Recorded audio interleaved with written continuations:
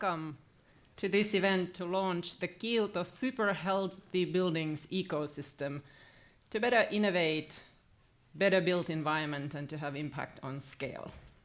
We have audience today here present at Pikku-Finlandia, and we also have audience present online watching the stream. Welcome to everyone.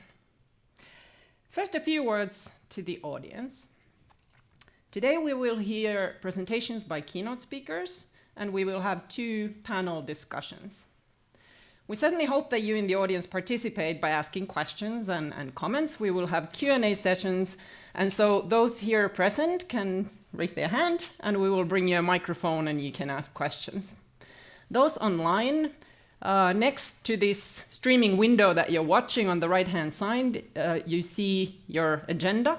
At the top of it, there is a little Q&A button, and if you click on that, it opens a chat window, and you can write down questions, comments, and everyone will see them, and I will also see them here, so I can bring them to our panelists and speakers.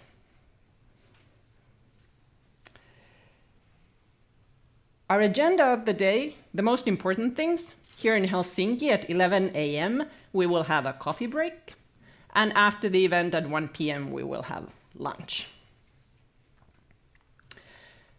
If you'd like to discuss on social media, we're showing you here a few hashtags. Of course, we hope that the conversation continues beyond this room and the arena. My name is Anu Partanen, and I will be moderating the event today. Finally, a few very practical words to the audience present here now. You will find the restrooms on the other side of the lobby beyond the information desk, and there are emergency exits at both sides of the stage and also behind you. But now I will invite Raija Polvinen and Ville Solja from Kiilto to officially welcome you to this event today. Welcome, Raija and Ville.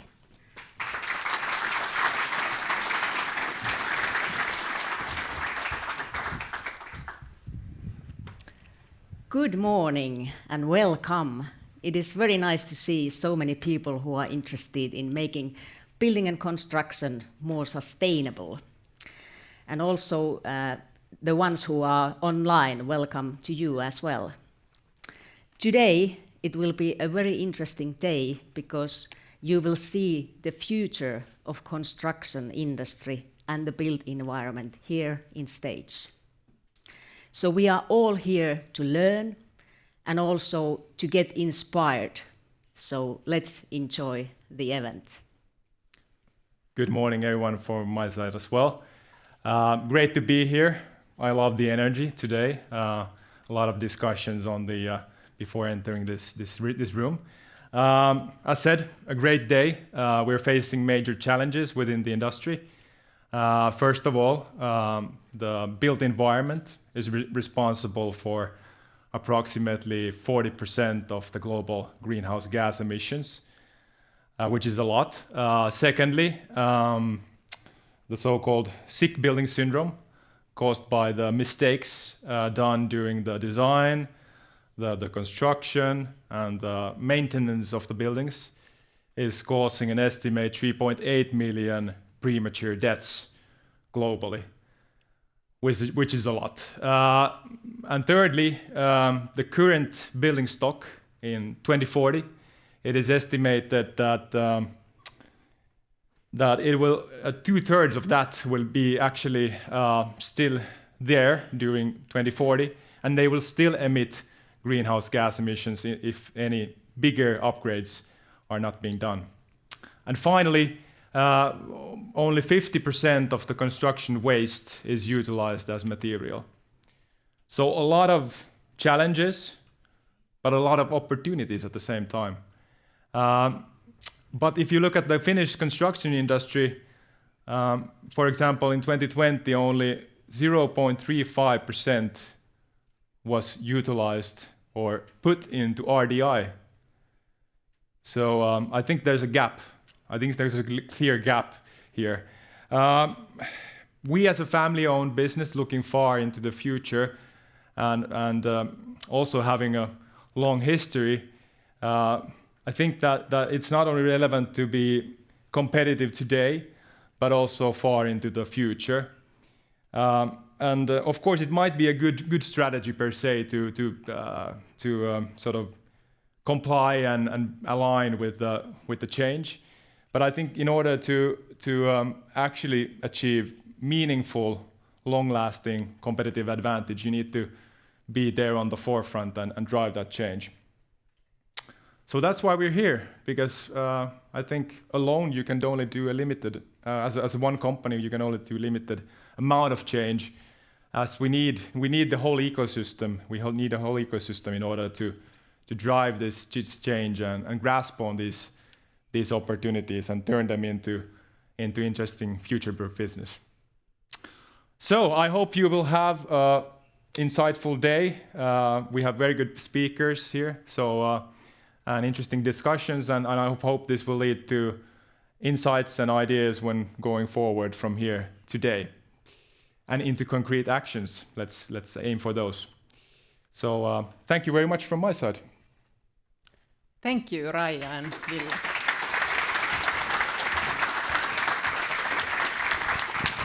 And now I have the pleasure of introducing our keynote speaker of the day.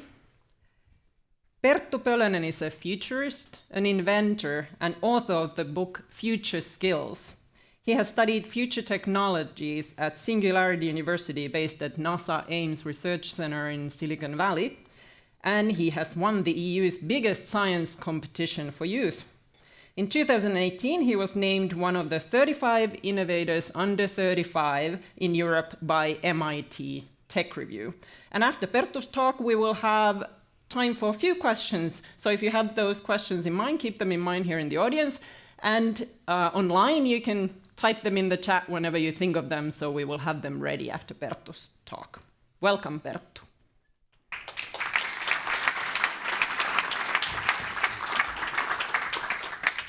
Thank you very much. Good morning, everybody. Thank you for the invitation to come talk to you about disruptive innovation and disruption, the buzzword, as I think we all are kind of aware of.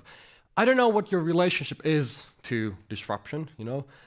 It might vary. I think in this room, some of you might be kind of completely, I don't know, tired. You know, we've been talking about it for 20 years. We've studied, we've heard of it. Maybe for some of you, it's something new, something that is not that common or, you know, familiar yet. Anyway, it has become relevant over and over again, especially now with ChatGPT and new technologies. Because every now and then we see a disruption that completely kind of changes the value chain. It creates a new ecosystem. And I would say it's one of the most important things to understand in today's world when we look forward into the future. So let's get started. Now, I want to take the big picture. It's important to understand kind of the mechanics or the patterns that lie underneath. So let's go away of construction industry for a second. What used to be, or what was the biggest business 500-600 years ago? What do you think? We haven't studied this much, you know, at school or in business school or anything. You might not actually realize, but it used to be the spice industry. Just, can I check to get the slides up? Yes. Spice industry. Why? I mean, not war technology, not printing press. Why spices? Well, there's a very practical problem we all had and shared. Food goes rotten, right? And people thought back in the day that spices make food last longer. I mean, we didn't have refrigerators. There was no ways to make food last longer. So spices kind of solved the trick or solved the problem. You know, where did we get those spices from? Because we don't have them in Finland, in Europe. And now, by the way, I understand where the business came from. We had to kind of get them from Asia, all the way from Asia. Now, imagine what the logistics looked like back in the day. There are quite many transactions, quite many middlemen to kind of, you know, who take their shares. And the price for Europeans was very high. You know, people say that it's not sustainable. This is stupid. Like, we pay a high price for these spices because of this trade, this spice trade. There were some people, some entrepreneurs who thought, well, we need to change this ecosystem. We need to change the whole industry. One of the most famous ones was Christopher Columbus, which, I mean, we remember him as a discoverer, But he was an entrepreneur. He had a business plan. Why did we want to find India? Because the spices were there. What was his business plan? To go to the other way. Everybody goes east. I'm going to go west. I want to find India with one route, one transaction. I can bring all the stuff back home and make a lot of profit. This was the plan. I mean, they didn't quite succeed. He thought he found India, even though it was America, and just for some reason there was no spices at all. But anyway, spice industry grew, and in some rural or remote areas, it's been said that currency was invented because there was so much exchange because of spices. This is how big it was. People said that 2 ships full of spices were as valuable as 5 ships full of gold when you take into consideration the value of kind of trade in Europe. So now I throw the ball to you. Let's say you are the futurist. You are in one of the hottest businesses in the world. Something like, maybe internet, computers today. If you didn't have this, the world would look very different. It would be difficult to imagine the world, right? So it's very central. Now, what do you think happens in the future? Like, you are an entrepreneur. You are an investor. You should invest in something. Now, if you are in the spice industry, who should you kind of look at? Like, where is the competitor? Where does the change come from? Now, what we've been taught to think, or maybe we just lack the imagination, but we think that it comes from within the industry. We think that, those, like our neighbors, they're doing the same thing than us, but, they're a bit better, faster, cheaper. They have optimized their process just a bit better. Like customers choose them because, 5% less. That's what works. But that, we lack the imagination to see that it might not be the obvious kind of competitor. It might be something very different. Now, there was one person who disrupted the whole industry, who made millions of people lose their jobs, maybe thousands of companies go bankrupt, and the value of spice globally collapsed.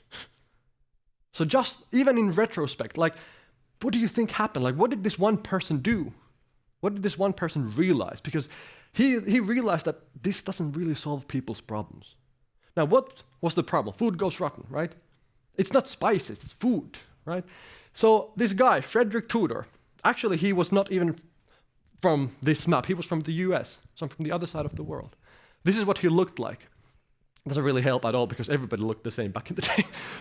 But Frederick realized that what makes food last longer is what? Coldness. Coldness is what we need. Well, how do you make coldness into a product? How do you sell coldness? It's difficult. Well, he lived in Boston, in Massachusetts, and they have cold winters like we do. So there's a lot of snow, a lot of ice. In other words, acid. That's resource, right? That's coldness. But the problem is that it melts in the summer. So he loses the resource. Now, he started to think, what if I could prevent melting? Then I could sell coldness all year round. Now, how do you prevent melting? What do you have to do? That's not an easy task. But he realized if he builds this certain type of material or certain type of warehouse and puts this like insulation material between the walls, he can create this kind of huge refrigerator, basically. Meaning that the coldness that is inside doesn't kind of escape the big room. So what did he do?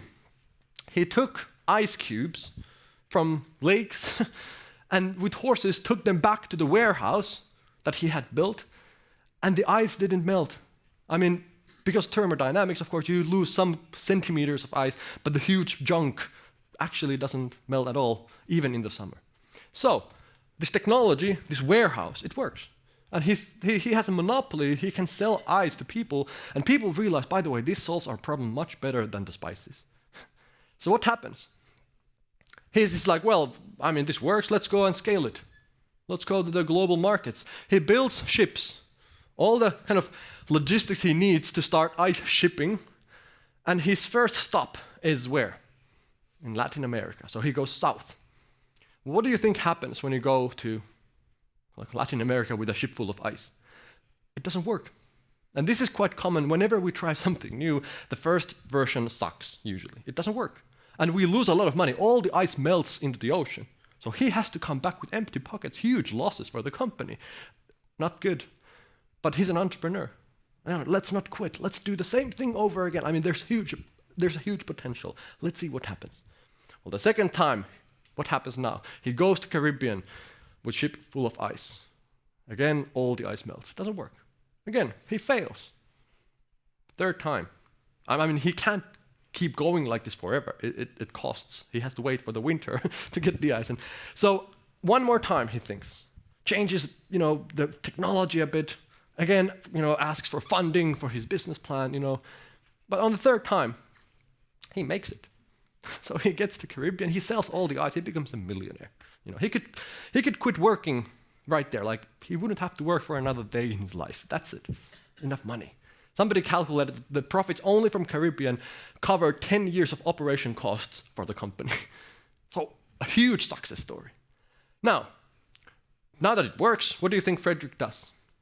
He starts to ship the ice all around the world. So he creates the ice shipping industry. From Boston to all around the world, ice becomes the new norm. Now, what do you think happened to all the companies in the spice industry? I mean, those all successful, great entrepreneurs and companies, how many of them were able to make it to this ice shipping industry? Probably nobody. Why? Because it was so difficult to see. If I had gone and told them that, stop doing what you're doing right now. Spices have been great, but there's no future in it. You have to start making or creating ice, shipping ice. They would have laughed at me. Like, there's nothing in common with spices and ice. What are you talking about? Like, you don't understand. Like, those people can do whatever they want. It doesn't relate to us. It doesn't affect us. We are in the spice industry. We have history. We have experience. We know how this works, right? So this is quite common. We don't kind of understand the interconnectedness. And some guy in a garage invents a new, maybe starts a new company. And all of a sudden, it affects everybody around the world. What is interesting in this kind of disruption is that it creates more than it destroys. So yes, spices, it was a huge thing, but ice was even bigger. So you wanted to be part of this. There's a lot of wealth to be distributed for those who were actually brave enough to leave the old thing, the good thing, and start something completely new. Well, if you are Fredrik Tudor now, I mean, you might think that, you have just changed the world. Nobody can challenge you. Nobody can compete with you. You are the first. Well, what do you think happens next? The same thing over again. So what happened to spices happened to ice. Now, again, I throw the ball to you. Tell me, you are the futurists. What happens in the future? Who is our competitor in the ice industry?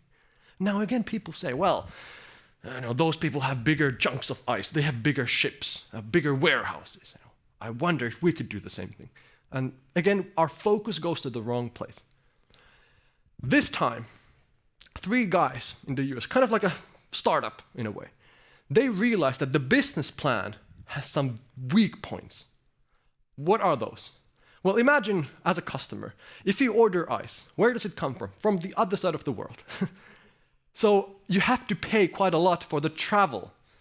Now, does the travel add value to the ice? Of course not. It doesn't really matter at all where the ice came from. It's the same ice anyway. So these 3 guys thought, if we could get rid of the travel, we could offer the ice much cheaper.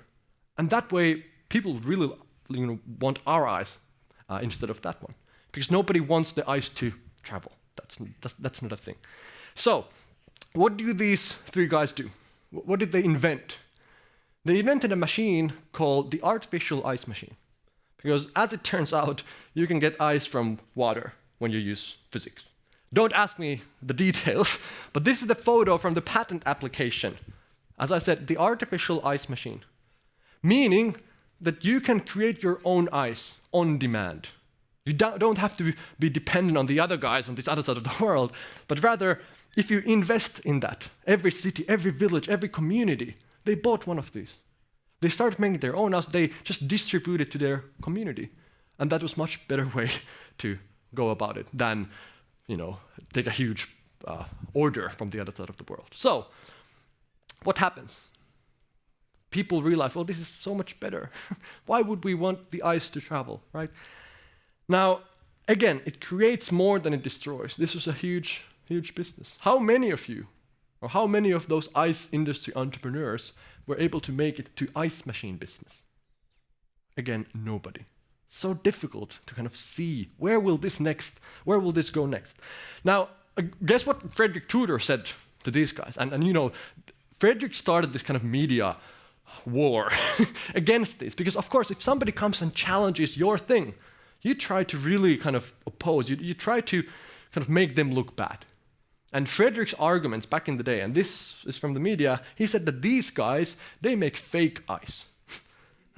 A Tudor company has the real natural ice from the, lakes. And this is, it's funny, we have crossed a line. This is unmoral. People should not be able to make their own ice out of thin air. That's not how nature works. That's not how, we shouldn't allow it. And it's funny, we have the same arguments in many different industries today. We have crossed a line. This is not okay anymore. And in the 1800s, people maybe feared this is not natural. It's true. But the customers realized it doesn't really matter, or they don't care how the ice is made. It's the same ice. There's not like natural ice and fake. It doesn't really work that way. What happens next? Now we are in the ice machine business. Tell me about the future. Who is your competitor? And again, people say, well, we're going to have bigger ice machines in the future. No. The new thing is something that doesn't kind of relate in any way to the previous thing. Like, it's not a better version of it. It's something that's kind of, we don't see the link. It's not anything like this. So what happens next? Well, people invent this ice box. What is it and how does it work? Well, you take a cube of ice, you put it on the top shelf, and the ice cools down the whole kind of inside of the box. Meaning that the empty shelves, you can put food there. So this is the first version of the fridge, but without electricity.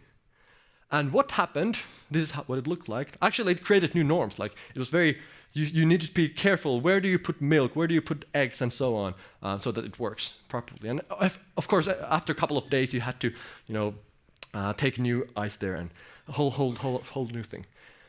But anyway, what happens? The markets explode because every household wants to buy one of these. We go B2C, right? And our way of living changed. For the first time in the human history, we were able to bring food back home because you were able to preserve it there. Imagine how this changed, our thinking, our lives.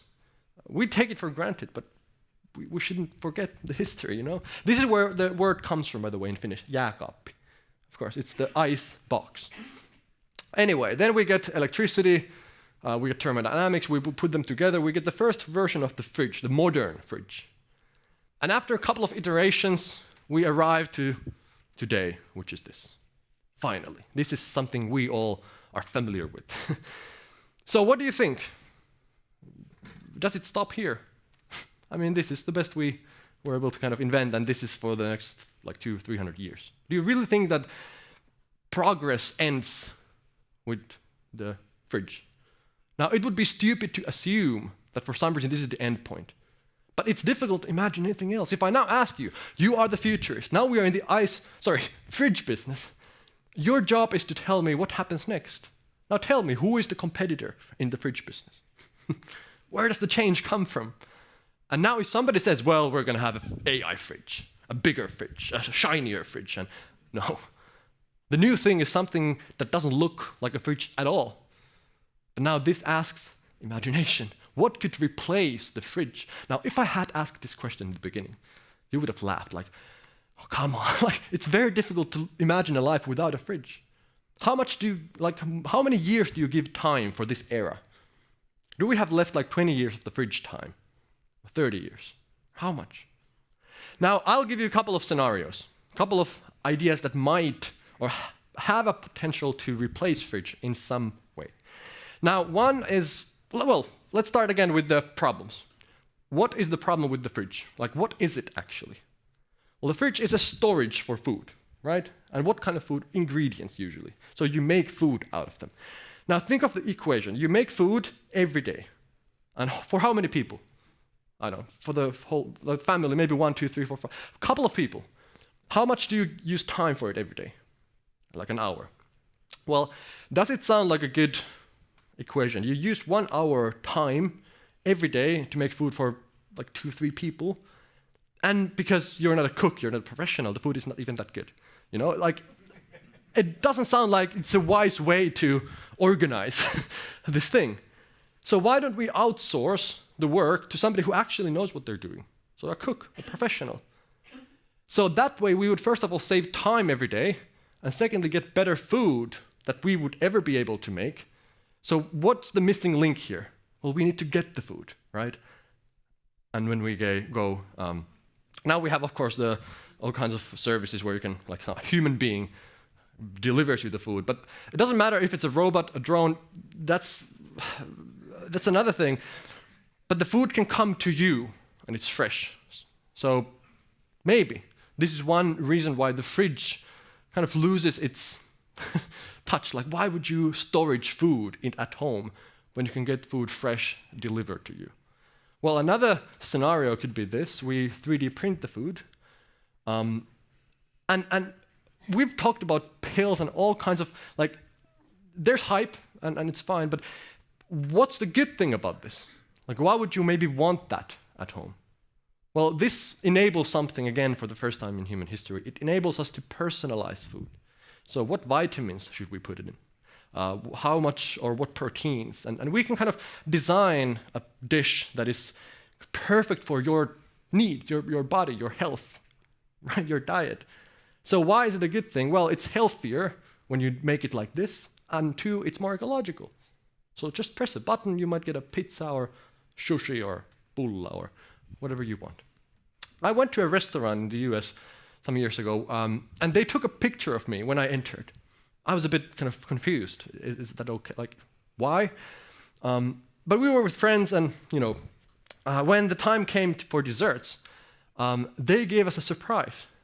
So they had taken the photo and analyzed it so that they had 3D printed my face with chocolate on the to the plate, and gave the plate to me. It's like, this is special for you. It's your face. You're welcome. And I remember them, like, it was a funny feeling to start like scraping your own face.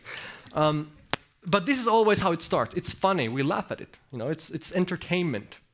And usually when things actually happen, it's like 20 years after we stop laughing at it. First we kind of underestimate, those drones and robots, like it's never going to be a thing. Like, it's so far from actually being applicable. And 20 years after we stop laughing, wait a minute, there might be a use case for it. And then things happen. Maybe in the future, let's go a couple of generations forward. They have difficulties understanding the fridge time, the fridge era. I mean, maybe my grandchildren, when I tell them about the life we had, they find it amusing that, and maybe they even question the concept, like the whole family ate the same food. Like, you take the same food and shared it to everybody's plate. That's such an old-fashioned idea, right? You all had different needs, different bodies. Didn't you like know of anything better? So maybe this is how kind of it starts. Now, it's very important to remember that food is, of course, personal, and it's all about culture and so on. So the technological capacity doesn't really mean anything. It's very easy to predict technology, by the way, but humans are very difficult. So we can say how much like computing power and this and that we have in a couple of years, but how culture, how people's attitudes change, what kind of trends, we can't predict the human. So that's kind of the unknown part. But, for example, in Zurich, they already built houses in the kind of center of the city where the prices are very high. They realized that we should not give this house a proper, like a big kitchen at all. Because in 10 years, 20 years, the building is still quite young, but in that amount of time, people, we already see that with Gen Z, they buy food from somewhere. They get it delivered. So let's not give very valuable square meters to a big kitchen. So a little cabinet in the corner is enough. I think that's quite courageous, because I still think the kitchen is the kind of heart of the building, but people are reacting to this already. So let's see what happens. In Boston, I went to a restaurant where the robots actually made the food for me. So every dish was standard. equally well cooked, equal lot of sauce, like perfect. Good quality, but still cheaper than the competitors. So I loved it, very nice. Also, in Silicon Valley, you have these pizza places where the robots make the pizza for you. It's kind of perfect when the robot is behind the process. Now, I think many of us would be happy to buy a pizza which is very good in quality, like equally good, but half the price. Or does somebody feel like, no, I want to pay for the kind of added value of somebody dropping the ingredients? Like that's the thing, that's kind of makes the pizza better. I don't think so. This is exactly what fast food restaurants, they want kind of standard quality. They want to know that every patty has been equally well cooked, for example. It can analyze all of them across the country, for example. And maybe it's just a matter of time. We go to McDonald's and the Big Mac meal could be like half of the price. It won't be, but just make more money. I like this because of it's tidy. I can maybe even trust the machine a bit more, in the middle of the night. Well, it has at least really, scraped the surfaces and it has taken hygiene into consideration as it should. And, it's a nice plus. One more story, one more example. This is from Silicon Valley. I ordered a pizza delivery and it came with this white van. I went to collect it. And in the parking lot, I remember the moment when I encountered this van. The side door was opened. I was a bit kind of amazed, or not amazed, but like surprised, because I thought he just gives me the pizza. But the side door was opened, and inside of the back of the van, there was a small kitchen. So a guy takes a pizza out of the oven that is in the van and puts it in the box and gives the box to me. And I feel that it's fresh, it's new, it's wow. So I asked them, did you make the pizza on the way? Right, like, what's the concept? So he tells me that usually a restaurant, the equation a bit difficult. Like if somebody wants a food delivered, the restaurant has to pay for somebody for the delivery. It's not a good deal for them. They take a big chunk or share. And also, when you have a rush hour in Silicon Valley, you often have the delivery takes a long time, and when it takes a long time, it gets cold, the pizza. So they thought, well, this is just a bad deal for everybody. Nobody wants to get a pizza that is kind of cold, comes late, and it's bad for the restaurant anyway.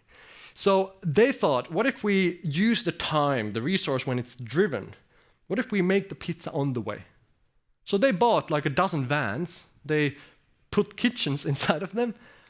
And when I ordered the pizza through the app, it went to the closest van that happened to be in the neighborhood. Like they were driving around in San Francisco and Bay Area, and the closest van got the kind of notification. This is the pizza, this is the address. So at the same time, somebody starts to drive towards my address, and another guy in the back starts to make the pizza. So in 15 minutes from the order, they deliver me a fresh pizza out of the oven. I'm like, this is incredible. So I wanted to ask them, like, is this feasible? Like from the business perspective, is this just a thing that will come and go, or will this last? Is it good for the business? So the guys told me that, well, they don't pay rent anyway, like to anybody anymore, which is a huge saving for the company. And people love this. They actually get fresh, good food fast, not this kind of a bit cold late. So if you can kind of disrupt, if you can reinvent even pizza delivery, it's really all about like imagination. Do we see where the value is? Now this idea kind of sums it up. You never change things by fighting the existing reality. To change something, build a new model that makes the existing model look obsolete. And that's how we kind of naturally gravitate to the new option. It's not like we should use all of our time and energy to kind of fight the existing, like, oh, there's this and that is wrong, and we need to give an option. We need to give a different way of solving the problem, which kind of makes the old system old-fashioned, laughable, something that, like, are you still in spices? Haven't you heard of ice, right? Oh, you're still in ices. Why don't you do it with this machine? And so on. So in this way, when you think of it, I mean, it comes back to definitions, but innovation and disruption are two different things. The way I see it is that innovation makes the old thing a bit better, like 5% growth. Disruption makes the old thing kind of useless. Let's make some exercises. Now, LP discs. What do we have, or what do we get when we innovate? We get the same thing, but smaller, better, faster, right? When we continue innovating, we have a clear trend. Let's make it smaller. Let's make it, more compact. And we could keep going like this and make a CD that is this size, right? But somebody realized, well, what if we get rid of the CD? So what if we stream? So the disruptor, of course, iTunes, and App Store, Spotify, they kind of quit the trend. They didn't keep going on it, they quit the trend. Well, the same thing we can see from mobile phones. It's quite clear. For a very long time, we used to go smaller and smaller and smaller. But when phones were like this size, the small Nokias, there was no use to go like to this. Like, that's stupid. So we had to just kind of start varying. We got the flip-flops and bananas and all the every model had buttons in a different order. Right? So there was nothing new in a way at that point until somebody realized, let's take all the buttons away so you can touch the phone. It's a glass phone, as they called it back in the day. So the iPhone came. What did it kind of disrupt? What were the things it made obsolete and old-fashioned? All of this. So cameras, radios, Now, you had bought them with money, and they were somewhere in the closet. Now that you bought the phone, you got all of these with the phone. They were free apps, and they all fit your pocket, so that was a good kind of step forward. Now, what happened to the trend that phones keep getting smaller? It turned upside down, because the screen was now the valuable thing. So we wanted to increase the screen size like this. Now, it's very easy to be a futurist now, because again, we have a clear trend, right? What do you think iPhones, like in 5 years, they're going to be like this? Of course. Obviously not. Now, what's the slogan of the latest iPhone? Big and bigger. There's nothing new, right? The size, what do you think? If the phones can't keep going forever and become bigger, not smaller either, what do you think might be the next disruption in the mobile phones? Nobody knows. Maybe it's something like this. The time will tell if this actually, you get the phone and a pad in the same, maybe.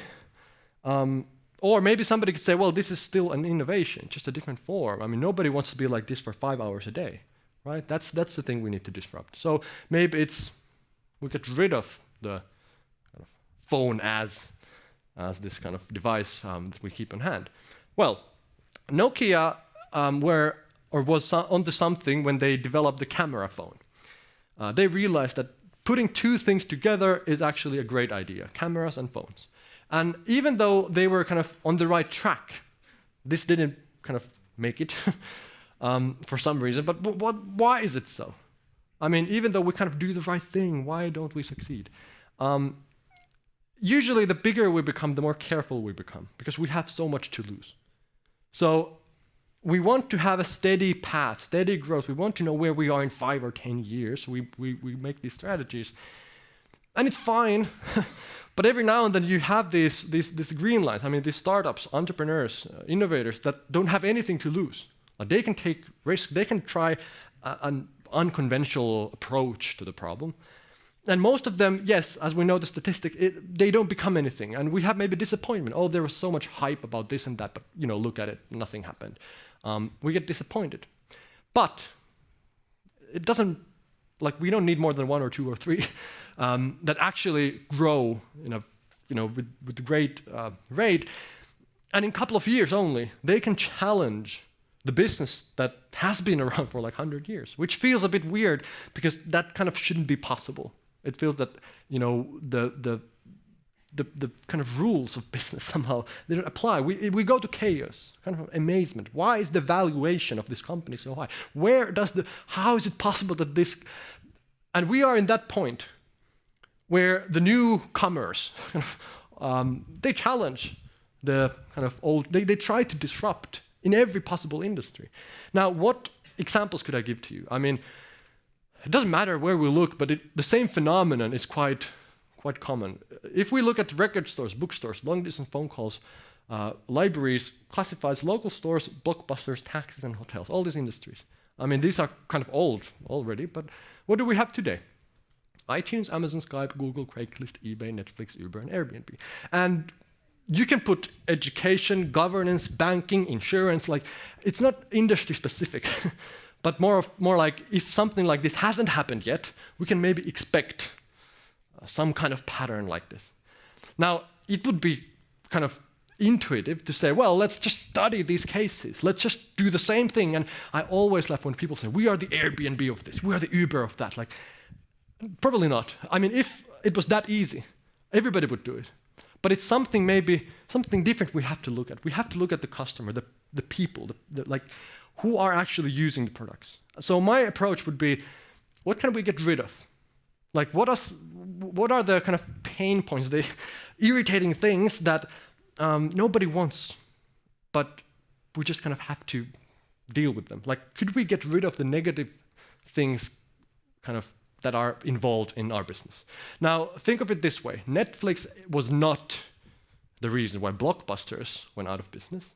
There was something about Blockbusters that helped Netflix to become a thing. Like, something didn't work. Something was irritating with Blockbusters. Like, what was it? Ridiculous late fees, for one, right? So getting rid of something negative helped Netflix to give a better, nicer option. The same way Uber is not the reason why taxis had some hard time. What's something about taxis that nobody wants and likes and asks for? Well, for example, limited access and fare control. This is kind of the reason why Uber got a possibility, you know? Like, if you are in a taxi, you have the receipts, all the hassle with them. If you are abroad, you don't know if the driver goes a bit longer route, right? If there's a bad driver, you can't leave any review. Basic things nowadays. Of course, you can do this with the apps. And the taxi companies have then, of course, they have created the same kind of apps that Uber has. But we needed an outsider to kind of give us the lesson. Oh, right, the customer, these things, we have just gotten used to them, but we could do it a bit differently. That's right. Airbnb and hotel industry. If there's one big event in Helsinki, what happens? All the hotels get booked and the prices go up. Now, nobody likes to pay like double the price just because there happens to be an event. It's the same room, same service. What am I paying for? So limited availability and pricing. Oh, Airbnb, we can give you, options. We can maybe have some more freedom in the options. IT and music industry. If you wanted to listen to one hit like 20 years ago, what did you have to do? You had to buy the whole album, so 20 euros. Somebody realized, what if you only pay for one song? I mean, the hit you like, and then later a subscription. So if you had a budget of $40 or euros, that's it. You listen to those 2 CDs for the whole year. So somebody realized, well, this is a pain point. Why don't we change it? Amazon and retailers, poor customer service and experience. It's not just the storage for stuff. If it is, we can put that online. We don't lose anything. And as a reaction, people realized, oh, wait a minute, yeah, it has to be an experience in the store. Oh, let's make it so. So, if you look at the right side of the slide, the caps lock, now my question to you would be, do you find anything similar in your own industries? Is there something irritating, some bureaucracy, some process, something that's just like nobody, it doesn't add any, it's the opposite. Like, could we get rid of it? And if we did, maybe we could disrupt ourselves. It doesn't mean that the disruption has to come from outside. It can happen from within, but we have to be very critical. What's not working currently? Sometimes we're just too blind. We've always done it this way. So what's not working, can we do that on our own before somebody else does it? One framework that Peter Diamandis has used, it's just a tool, in my opinion, but it's a good way to kind of, raise some thoughts. How this technological progress unfolds, it follows this kind of 6D framework. First, we digitize an industry or a business. A bank becomes an online bank, a shop becomes an online shop. So that's 90 pretty much. But after that, deceptive. The first version quite rarely hits the gold mine. So it's not good enough. We feel like it maybe created problems. Maybe people say, well, the old was actually better. It's much easier. So we need time. We need time to improve the UX, the design, just the technology has to improve. And after a certain amount of time, we find a business model for the technology. We actually find a use case. Oh, this is how we should do it. It becomes disruptive because it actually starts to give us some value in the market. And then we accelerate. It starts to scale. We go to democratization, demonetization, and dematerialization. What does it mean? Well, I'll give you an example. Flash. When you take a photo, it flashes. How do you dematerialize a flash? It's a physical object, tangible product. Well, you make it a code. That's how you dematerialize. You make it a filter. The same thing, same purpose. You can change, lighting. So when you make it a filter, a coder can create that in one day. After that, you can copy as many of them as you want. So you demonetize. It becomes free. There's no production cost for it. And when it's free, everybody wants to try it. It gets democratized. Free stuff works, right? Or Google. How do you dematerialize information? Books becomes search engine. Web, internet in general. Demonetize. It doesn't cost anything to search. They make their money in other ways. Democratization. We haven't made or created Google here, but we can still use it. It's in their interest to share it. So this is just one way to kind of look, where are we right now? Have we just digitized? And now we're kind of trying still to find still experimenting? Or are we now in the point where actually, yes, this new little project we had actually brings a lot of benefit, it becomes disruptive? Or are we in the last kind of point where the tech giants are already there and we just try to kind of, it's difficult to compete against them, but we're still in the same kind of space. We didn't have any of this in 2006. Just a reminder, and you can add quite many technologies just when you look at the last couple of years.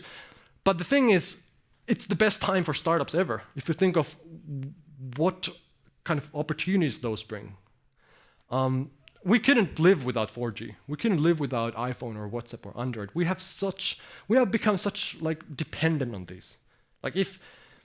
What interests me about this is that what is this list in 10 years? 2006, nobody could have believed or imagined this. In 10 years, the same thing. What is the technology that you can't live without? You're completely dependent on it in 5 years. Everybody in this room is so kind of dependent on it. We don't have it yet. Somebody's gonna create it in 2 years, 3 years. And my question is, who is that person or company? There's a lot of room for new entries. Also, the time to scale it. How long did it take to reach 50 million users? Airlines, 68 years. Electricity, 46. Television, 22. Computer, 14. Internet, 7. Facebook, 3. Twitter, 2. Pokemon Go, 19 days. 2016, when everybody wanted to try it. And of course, now with the ChatGPT, it's the fastest. So, never had anything as fast. Now, the last couple of months, the user amount has been declining a bit. So let's see where does it kind of, what will stay. But it's not over. It's not it won't happen again, right? What are the technologies that we might want to keep an eye on right now? All the technologies, I would say that, process data in one way or another. So information technologies. Why those are important is because we can create synergies between these technologies because of the data. So let's say there's a breakthrough in AI next week. Robotics gets a boost from it. Nanotechnology can use that application as well. Oh, when you put drones and, you can create these combinations of technologies where I think the next disruptions might be somewhere in between. I think of it as a Rubik's Cube. There's one change, the whole game, the world changes. We have to understand that it's not enough if we are kind of following the news in, let's say, AI, but not, let's say, synthetic biology. The disruptions are somewhere in between. Also, there are a lot of concepts that would have been completely impossible 5-10 years ago that combine many technologies. One is this kind of vehicle in the farm that is autonomous, first of all, right? But it has a camera on the bottom, so it scans the field as it goes. There's solar panels on top, so that's where it gets the energy, and then there's a drone that goes and fertilizes some gene-edited stuff. So just imagine how many of these technologies were just put together and a lot of value was created in the process. So let's be good at those. How can we find these in construction? We should answer the question, everybody, how is collective intelligence seen in construction? How is synthetic? And that's kind of how we map out all the kind of possibilities for growth in the future. 2006, biggest companies, you have oil, you have banks, you have Walmart even. 2017 and after, the list has been completely different. It's the tech giants. The companies that have disrupted their own industry. The only one that has remained on the list is number 5, Microsoft. All the others have dropped and replaced. So it's quite clear kind of the trend where we are going. And this is why I think it's important to understand this phenomenon. If we look at the world we've had for the last 30 years, it's dramatically different than what we've ever had before. Some people talk about hyper-globalization, World Wide Web, basically, that's where it comes from. But the world used to develop or change linearly and locally. So if somebody had an idea, he or she told it to the next person who put it forward, we were able to predict when does the information reach certain people. The information travels as fast as the horse can run. So it was predictable. Also, there were kind of barriers or barriers for change. So if I had an idea, maybe the country border kind of set a limit. Like the idea doesn't go beyond that. Maybe geographical barriers or language barriers mean that the other people on the other side of the world are completely unaware of what I'm doing here, so we don't have any connection. We don't share knowledge or information.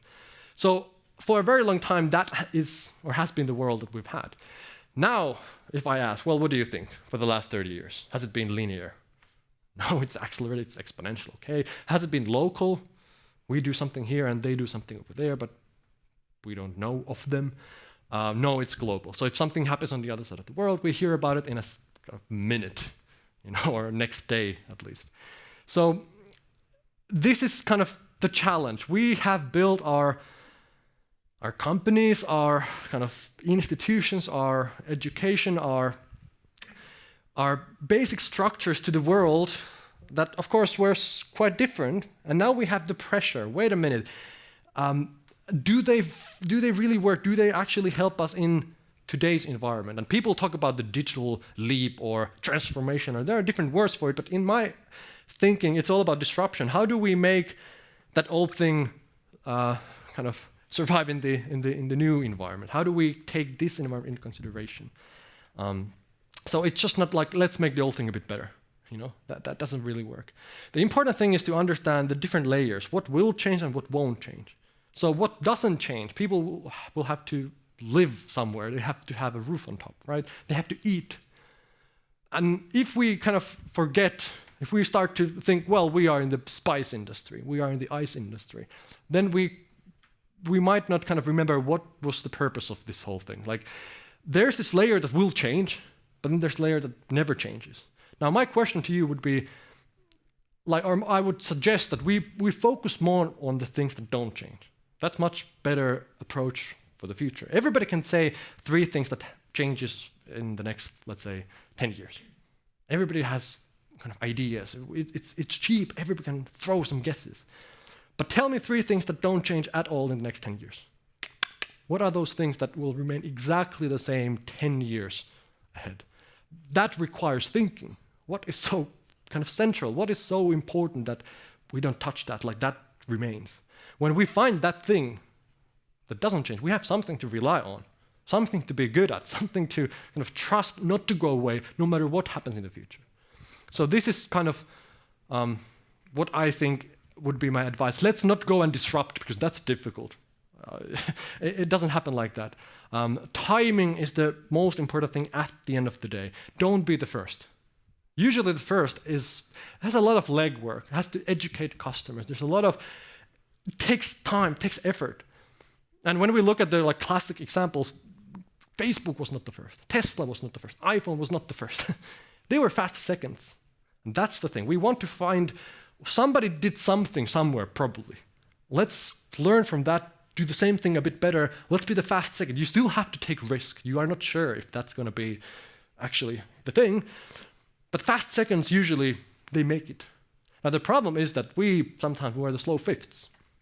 So we want to kind of wait for the risk to go away. Have they tried it in Sweden? Is it have you enough benchmark? Are you entirely sure that it's going to be a good thing? Like we wait until it's kind of obvious. And at that point, we are late, it's going to be expensive, everybody sees it. So let's not be the first, let's not be the slow fifth, but the fast second. And it's kind of a good thing to know that we don't have to disrupt, we just have to keep our eyes and ears open. So, with this, thank you very much for this opportunity. We are a couple of minutes over time, I'm sorry. But if you have a quick question, I think now is the moment for that. Thank you very much. Thank you, Perttu. We do have time for maybe one audience question. If somebody would really like to ask here, we'll bring you the microphone. Yeah, so thank you very much for the inspirational talk. So maybe I would like to maybe get some of your experiences in the Silicon Valley in the US, how these innovations, these breakthroughs are being done, especially that if you think about it, these breakthrough innovations, it is risky, right? So it's risky, you need cost, and you're not sure whether it's going to be successful. So what are the good experiences that you can share for us in the people in the Europe or in Finland actually could learn from how it's done there in the West? Very good question, and quite a lot of things actually.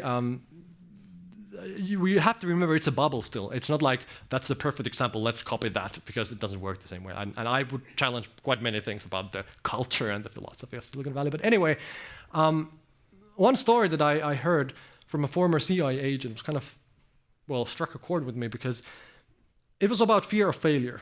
And I think it's very deep in us and in everybody.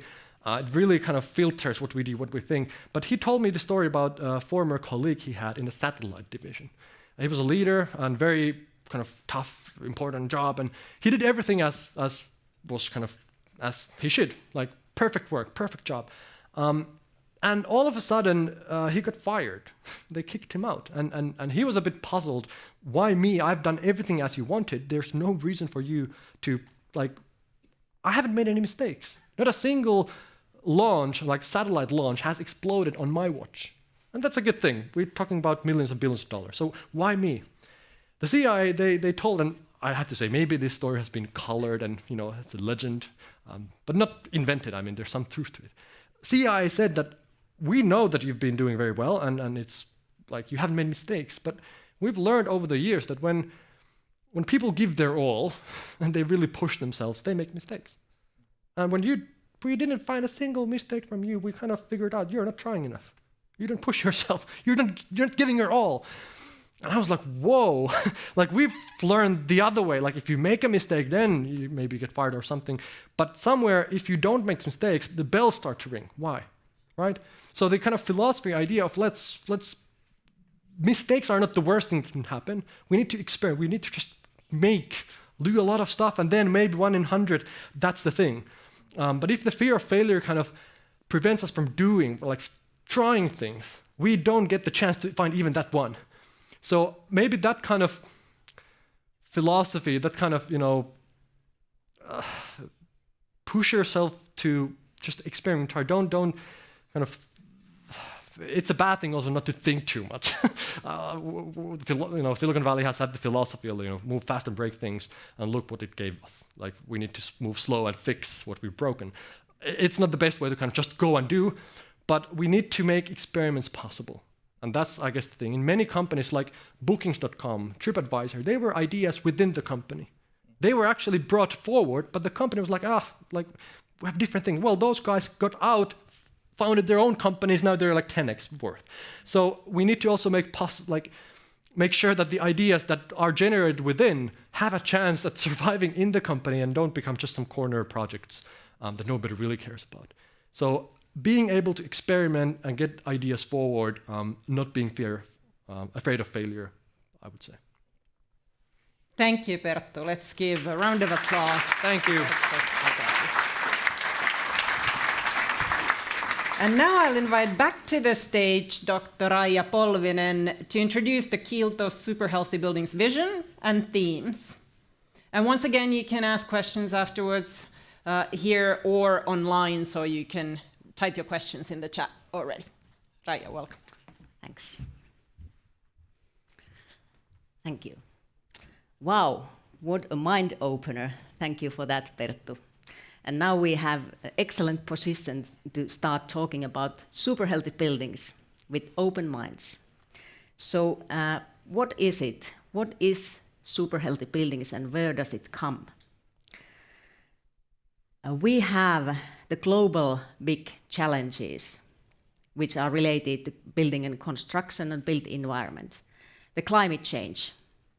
40% of global greenhouse gas emissions are coming from the built environment, and it's obvious that if we are not doing something to that, we are not going to survive from the climate change. And healthy living and sick building syndrome is another big challenge, also globally, and we know that in Finland we have these indoor air climate challenges.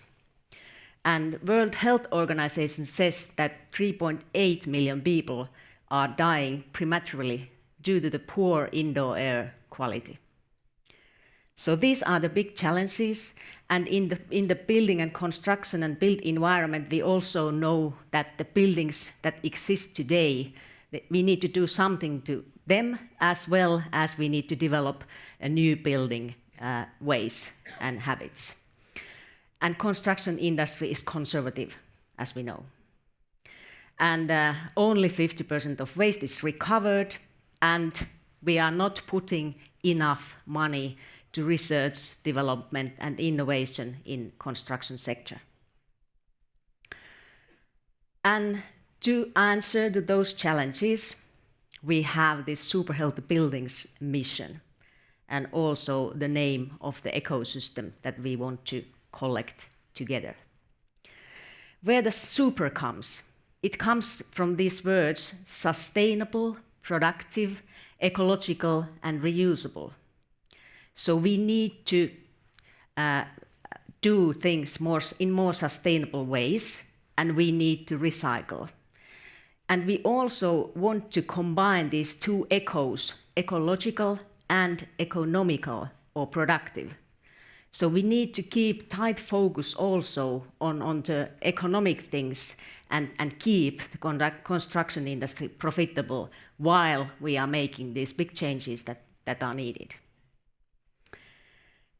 And we have divided this big vision of super healthy buildings under 4 different themes: sustainable building materials, digital sustainable building process, healthy living and green maintenance, and enabling construction circularity. And now I will introduce briefly what we mean with these themes. Sustainable building materials. It's quite obvious that we need to move away from the fossil base.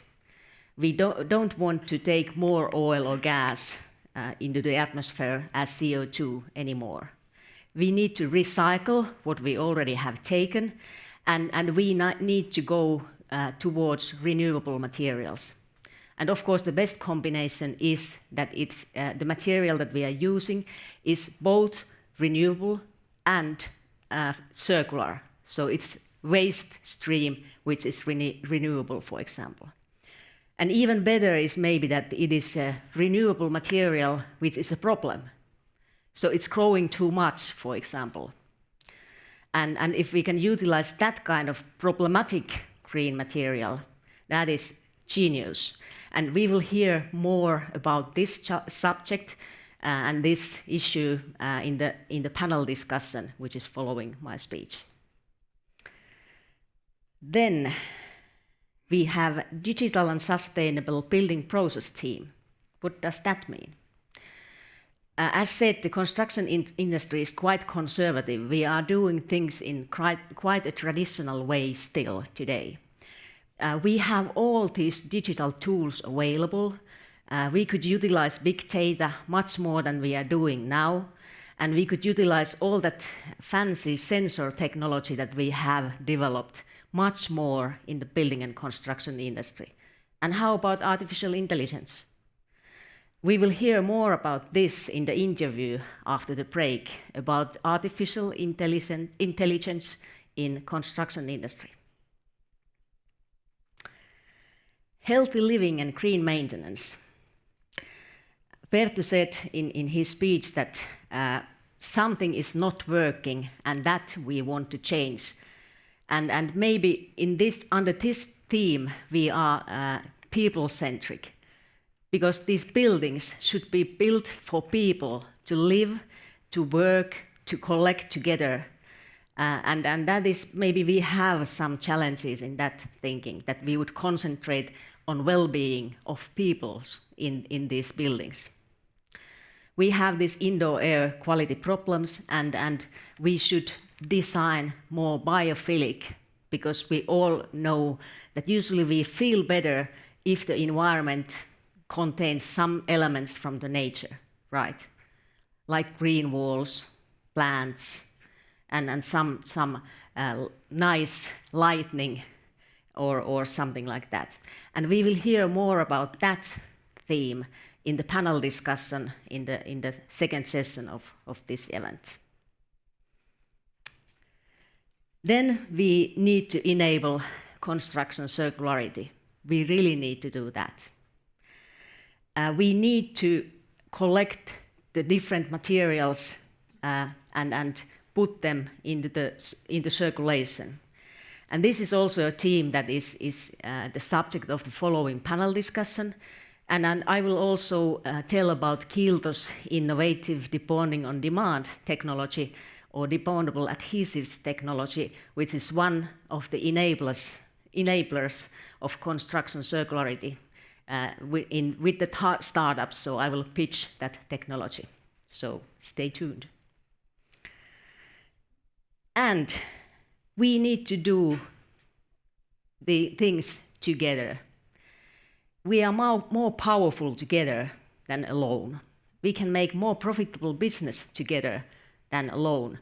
And what is most important, that if we want to change something really and make a big impact, we need the whole value chain. We need to change many things on the road, for example, the circular economy to be really possible. So we need each others.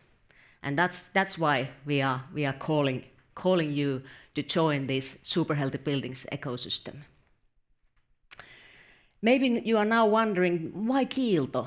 Why Kiilto is the company who is calling the construction ecosystem together? I will present you a couple of reasons. So we are the adhesive, the glue already in between the materials and the layers in buildings. So we are developing and selling solutions for putting the building elements together, and also on-site building to make floors or wallpaper or do things like that. And what you also will get if you join this ecosystem with us, we have about 45,000 business-to-business customers around the Baltic Sea. So that's a huge amount of contact points where you can, who you can sell something. And we also have a couple of combinations of knowledge and technologies which are not that usual. So we are both in on-site building, we are delivering our solutions directly to the building sites or through hardware stores, and we are also in the industrial production lines. So we are selling our business-to-business customers who are, for example, manufacturing CLT elements, doors, window frames, locks for log houses, and so on. So we have the expertise on-site and industrial production lines.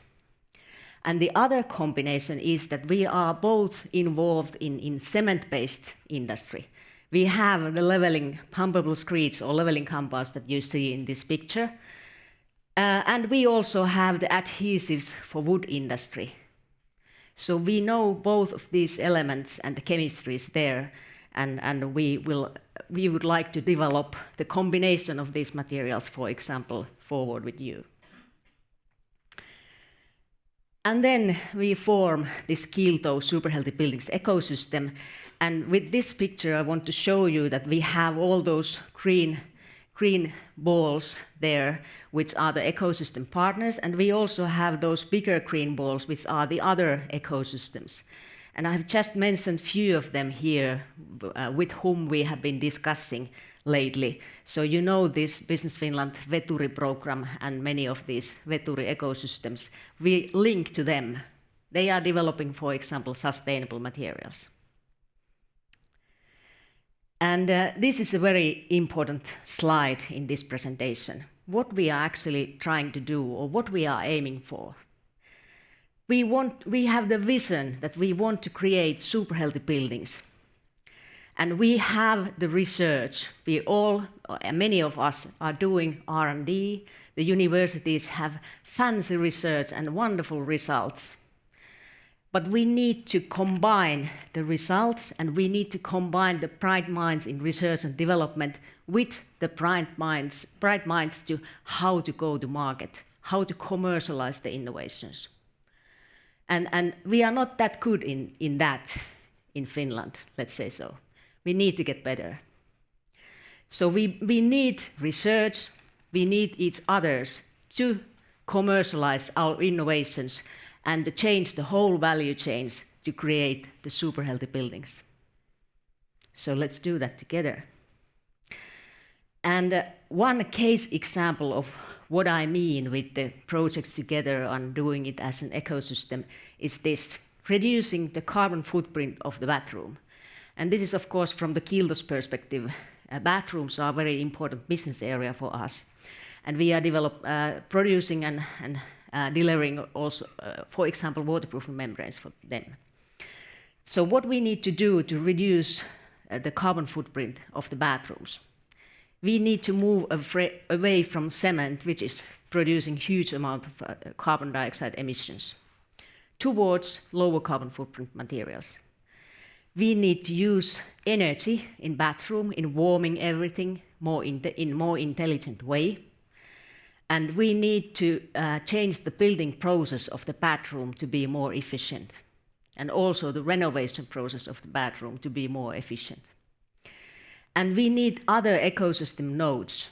So we have the waterproofing membrane systems which enable maybe going to, for example, in wood-based construction. But we need the partners, the ecosystem nodes who are doing all the things that are needed to change the whole bathroom, make it lower in carbon footprint. For example, intelligent warming, geopolymers, wooden structures, collecting energy from wastewater. Why not? Developing the bathroom or bathroom element manufacturing maybe. And what else? I would like to have ideas from you. What else should we do? So this is an example of a project that we could do together. And what happens next? And to tell that, I invite on stage my colleague Soilikki Kotanen, who is Research Development and Innovation Director at Kiilto. Welcome, Soilikki. There you go. Thank you, Raija. Yes, so very nice to see you here. I would like to, well, you saw me already.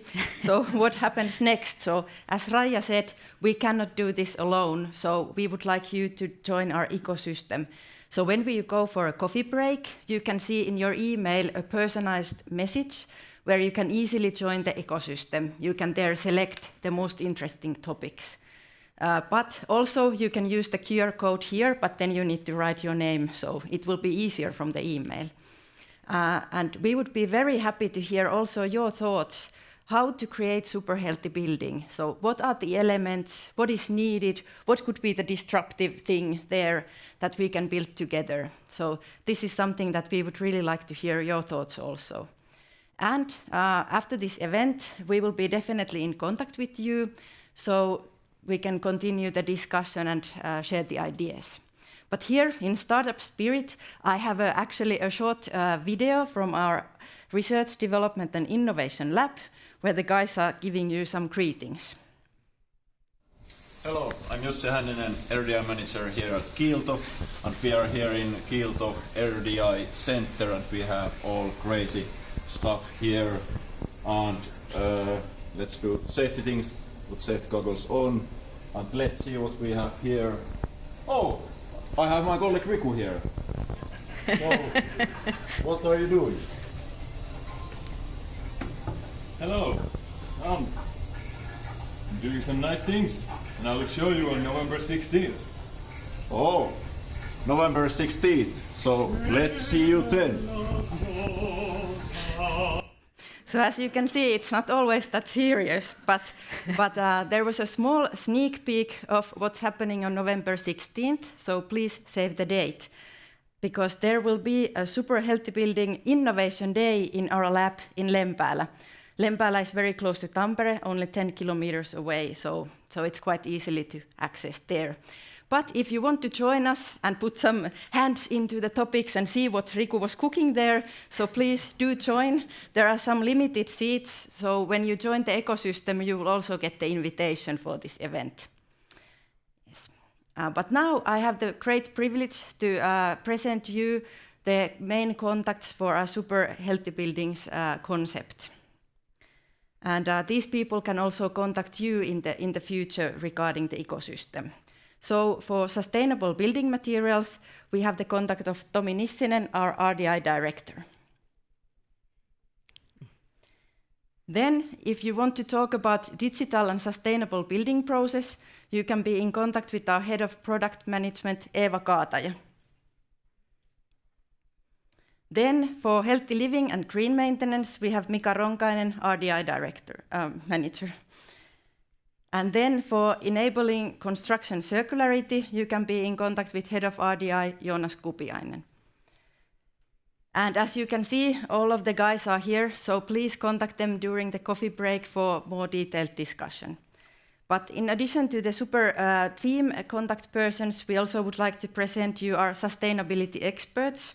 So Lilli Puntti, our head of product safety and sustainability, and Viivi Kettula, our environmental manager. And then finally, before we go for questions and answers, I would like to also give special thanks to Business Finland for making this Super Healthy Buildings dream to go on the starting path. So we have received nice funding from Business Finland. And it's also possible to fund for a parallel or co-innovation project, so please be in contact if you find that interesting, or when you find it interesting. And of course, we would also like to thank Spinverse for helping us out in the funding application process. Thank you. Very nice to see you here.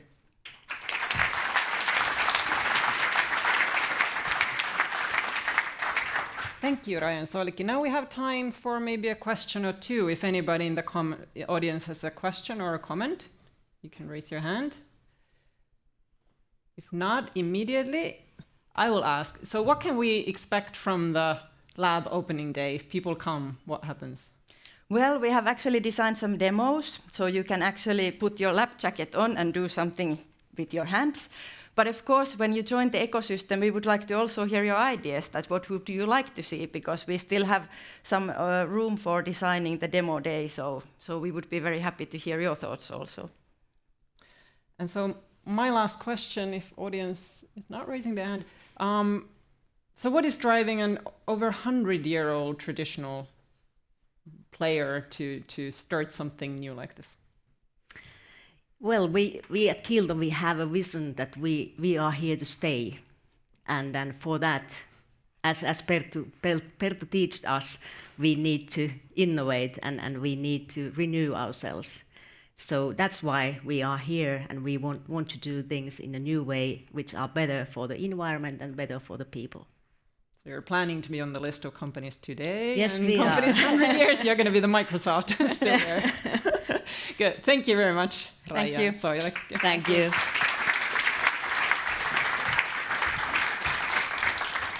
We will now move on to our first panel discussion. So I will invite to the stage our panelists we are going to have here. Let's see. Pekka Heikkinen is coming here first, next to me, Professor of Wood Architecture, Aalto University. Pekka is standing in for Perttu Ketola, who unfortunately couldn't be here today, even though he was mentioned in the program earlier.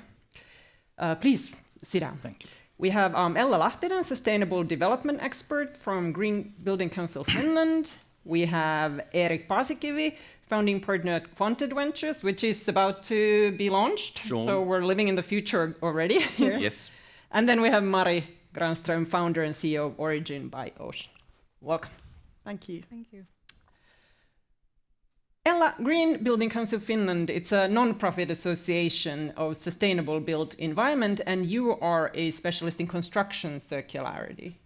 What do you see as the central challenges in circularity of materials? Well, regarding the circularity of the whole construction business and the whole built environment, well, there is many challenges we face now. First of all, I think most of the materials we have now in our built environment, they're in the wrong places, or they are not healthy to use anymore. But if thinking the circularity in materials, of course, creating some demand and also some supply, like from scratch, like creating something Perttu was talking about, like thinking from a seriously new perspective.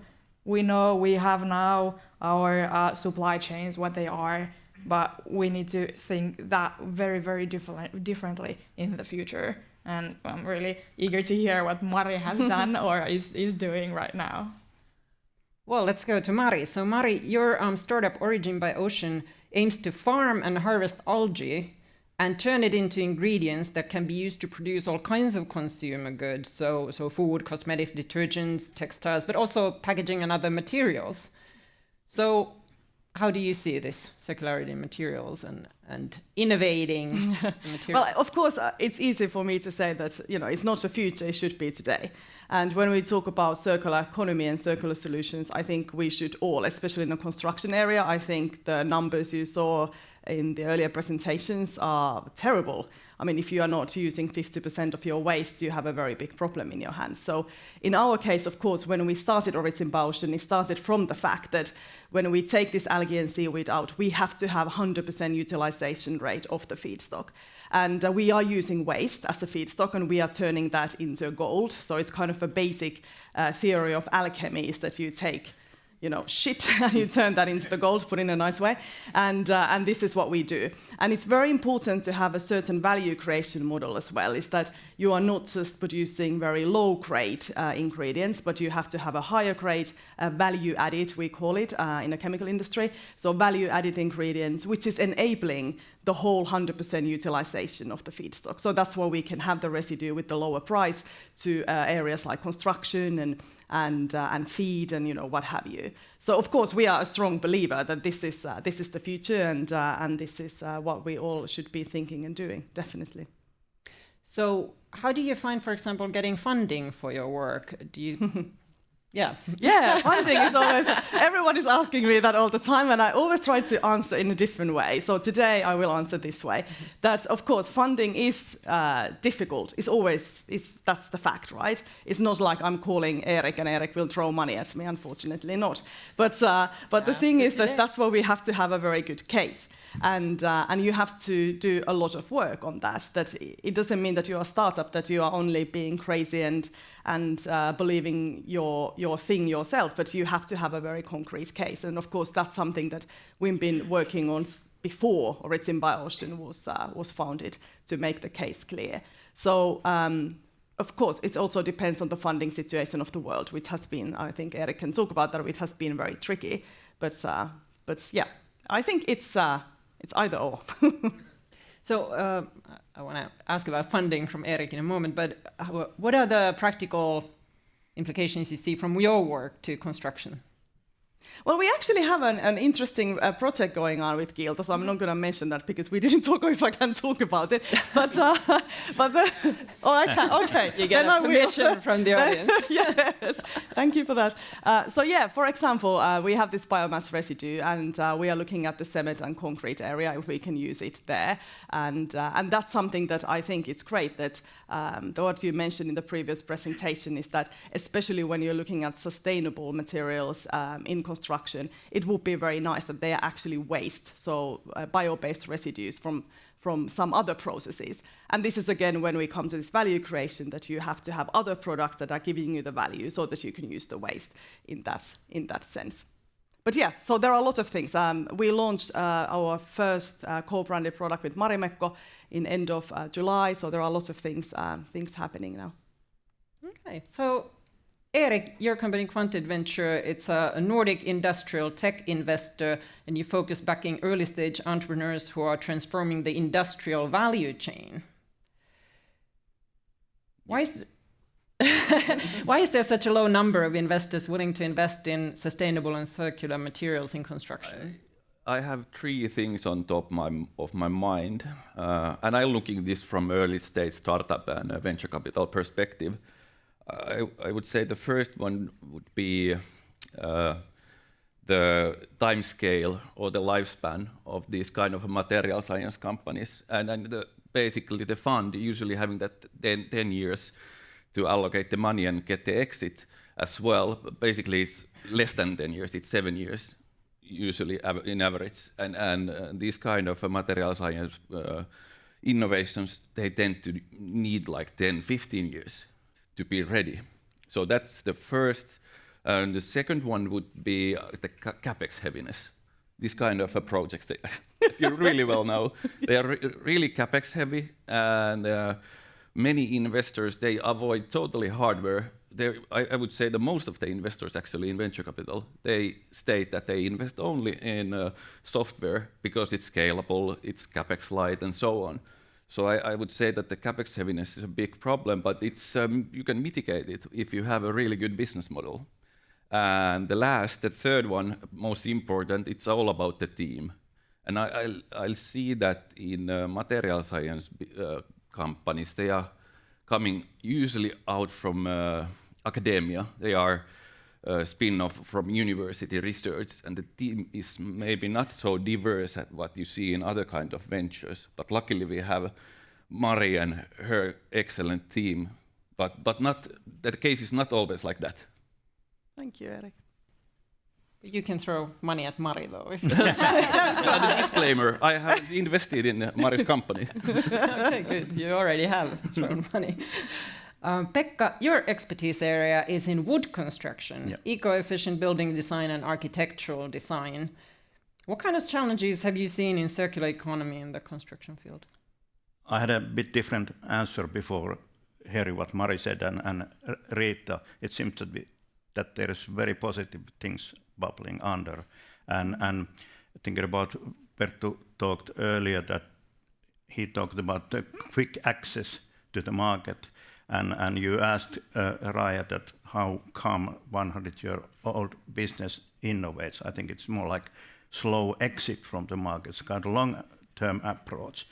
I have unfortunately seen a lot of attitudes against kind of using, for example, old materials or recycled materials. But I think it's a bit about the attitude as well, that new looks new for a while, but old looks old, and you have to kind of accept that it's not shiny and brand new.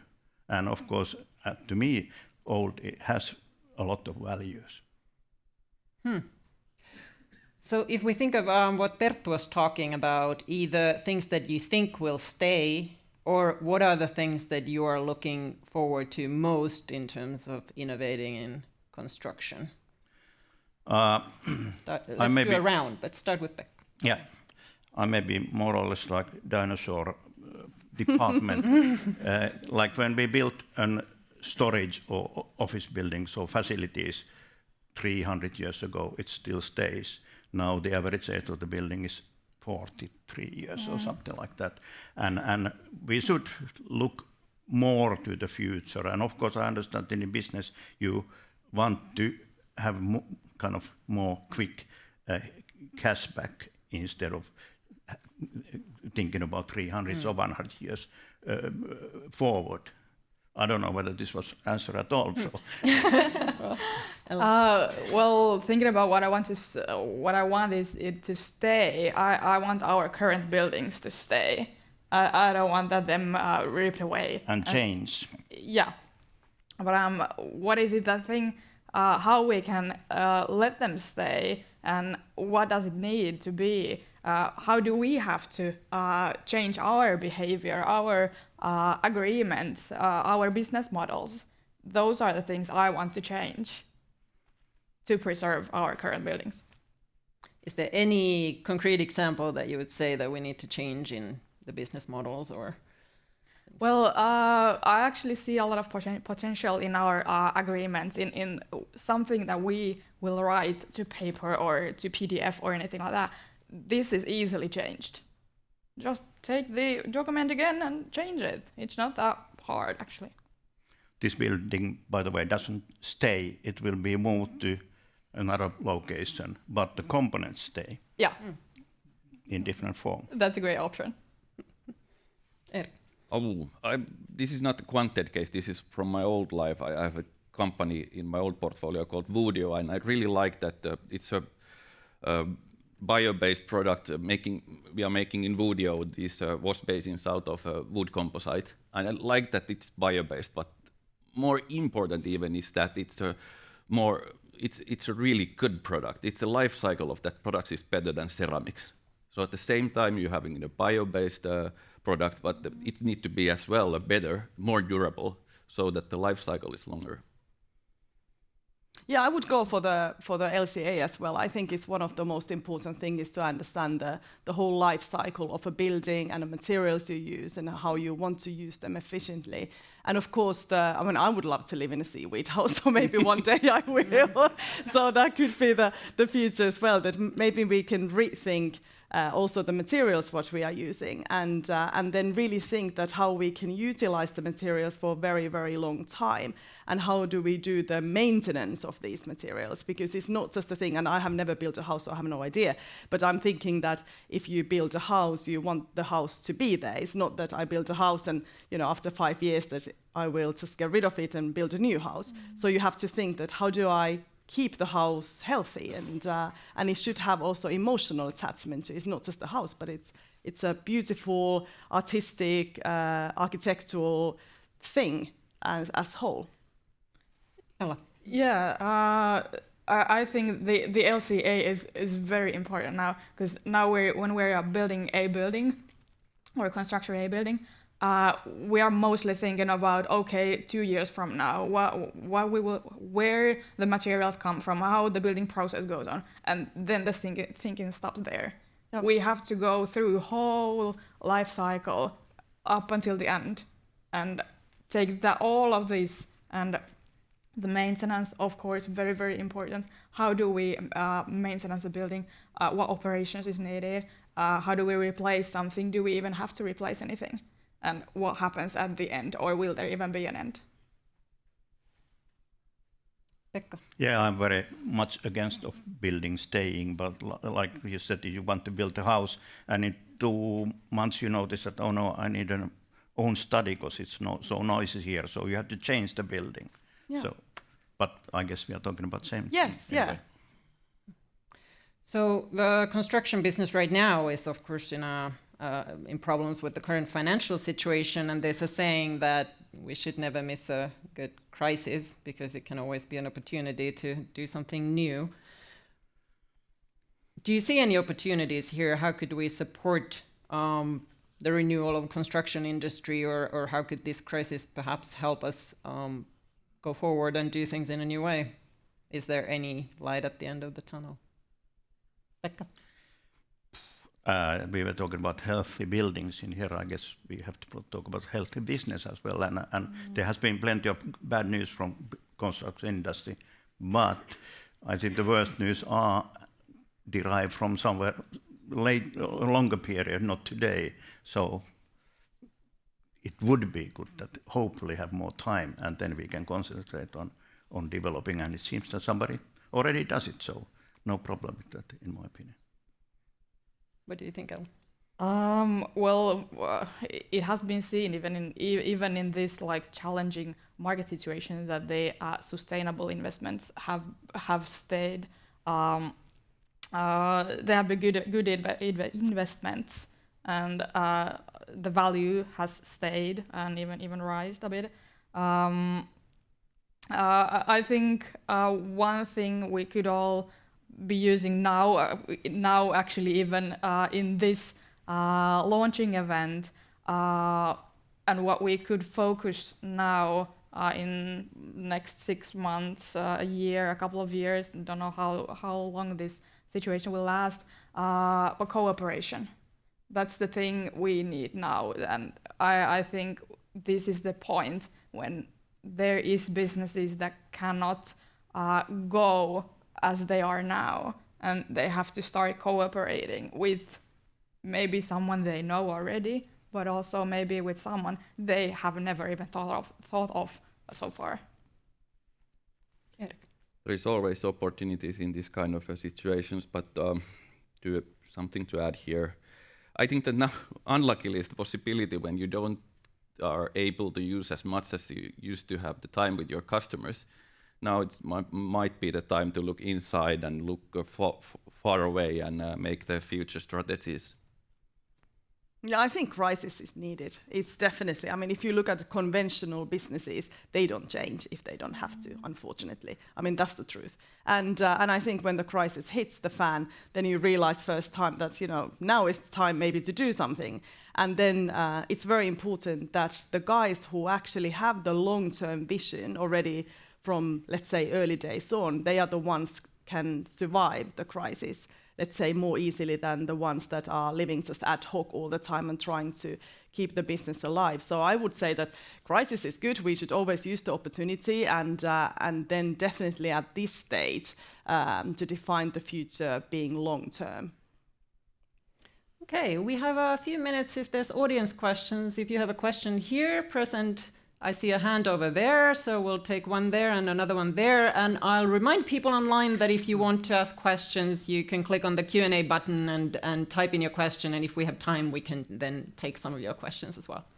Okay, thank you. Ilmari Absets, Business Finland. And first I want to thank for a very interesting morning. And the question that I've been thinking the whole morning is that how this kind of sustainable long-term business area and a company is able to do material-related disruptive innovation. Most of the examples of Perttu was something that is immaterial and able to do fast. So how to combine the good things of sustainable long-term business and have the opportunities of disruptive change. I would think that there is a lot of wisdom in the panel, and also if Perttu is here, he might have some comments, and Kiilto, of course, is thinking about this thing all the time. Thank you. Thank you. How to combine? I can start. I think the one thing that we have learned as a startup is that you can't reinvent the whole wheel, but if you have a very good wheel, you can just make the wheel a bit shinier. So that means that you can use existing infrastructure like what we do. So we are not reinventing the value chain, but we are using the value chain which is already existing. And I think it's only wise to use all the bits and pieces you have. And then you make your bet that, okay, this is the angle that we take, and this is the door that we open and go in. So then you can be way faster than starting all the way from scratch, trying to create everything just in sake of being innovative. I think that doesn't make any sense in these things. And I fully agree that all of the examples we see today when we are talking about this amazing innovation They are all software related, something like that that can be done fairly easily. But I think we should be brave enough to talk about this, as in Finland we call them deep tech industries, that they need to go through the change and they need the support as well to be able to do that. And again, we come back to the collaboration, that we need everyone to join this journey.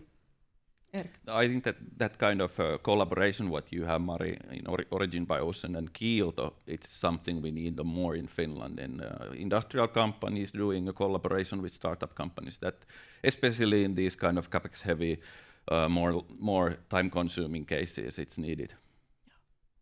Okay, let's take our last question. Thank you for the interesting discussion. My name is Linnea Harala. I come from Tampere University and I'm a doctoral researcher, and my research also focuses on circular construction. So firstly, I would like to ask on the new business model opportunities within circular construction.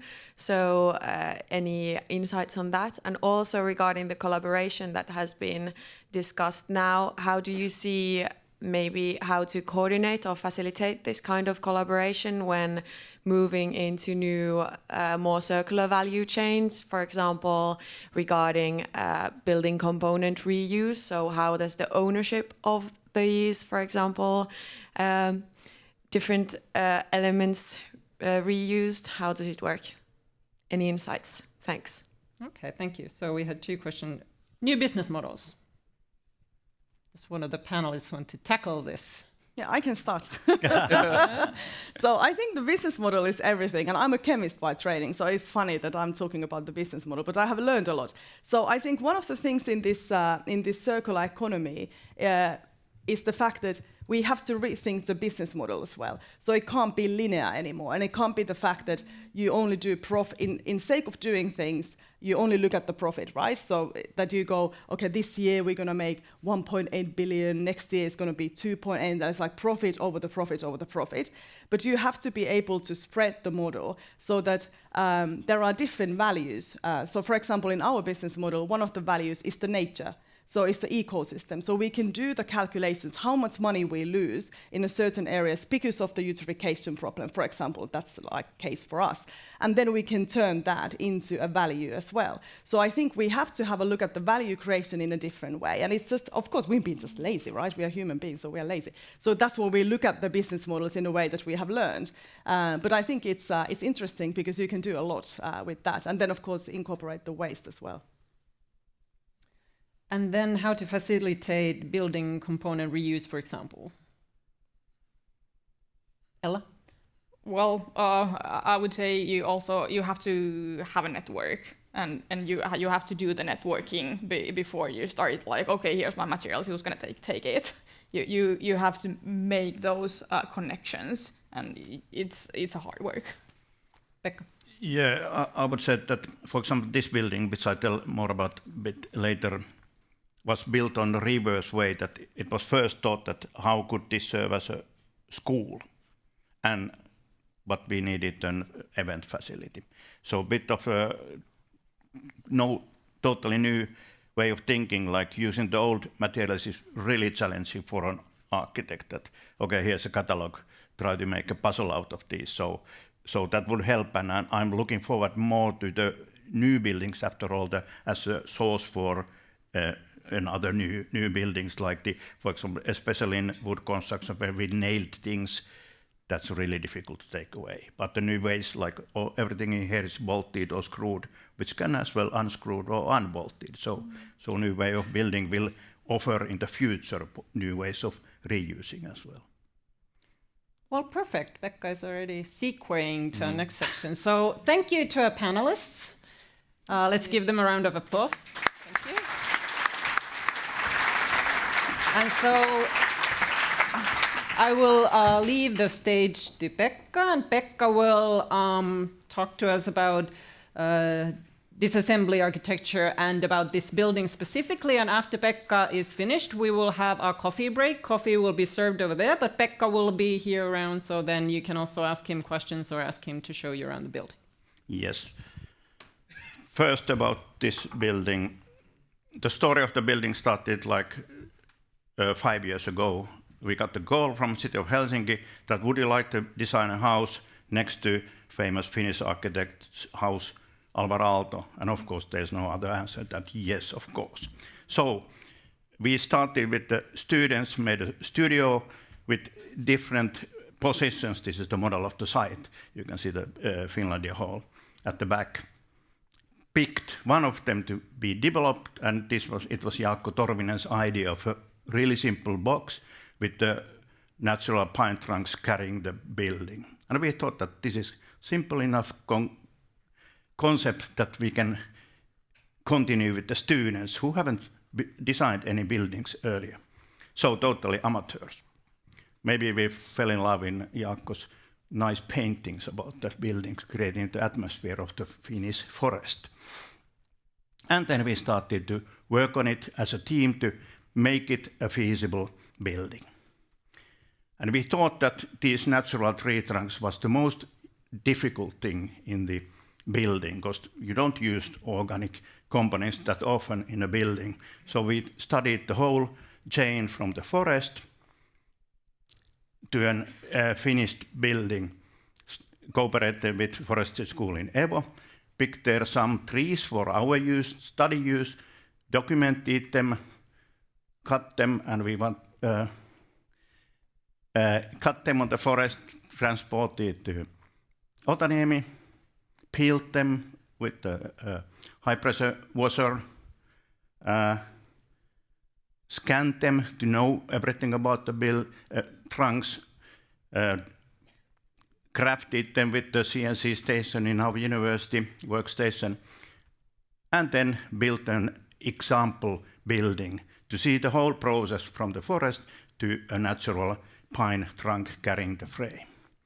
This is what we built.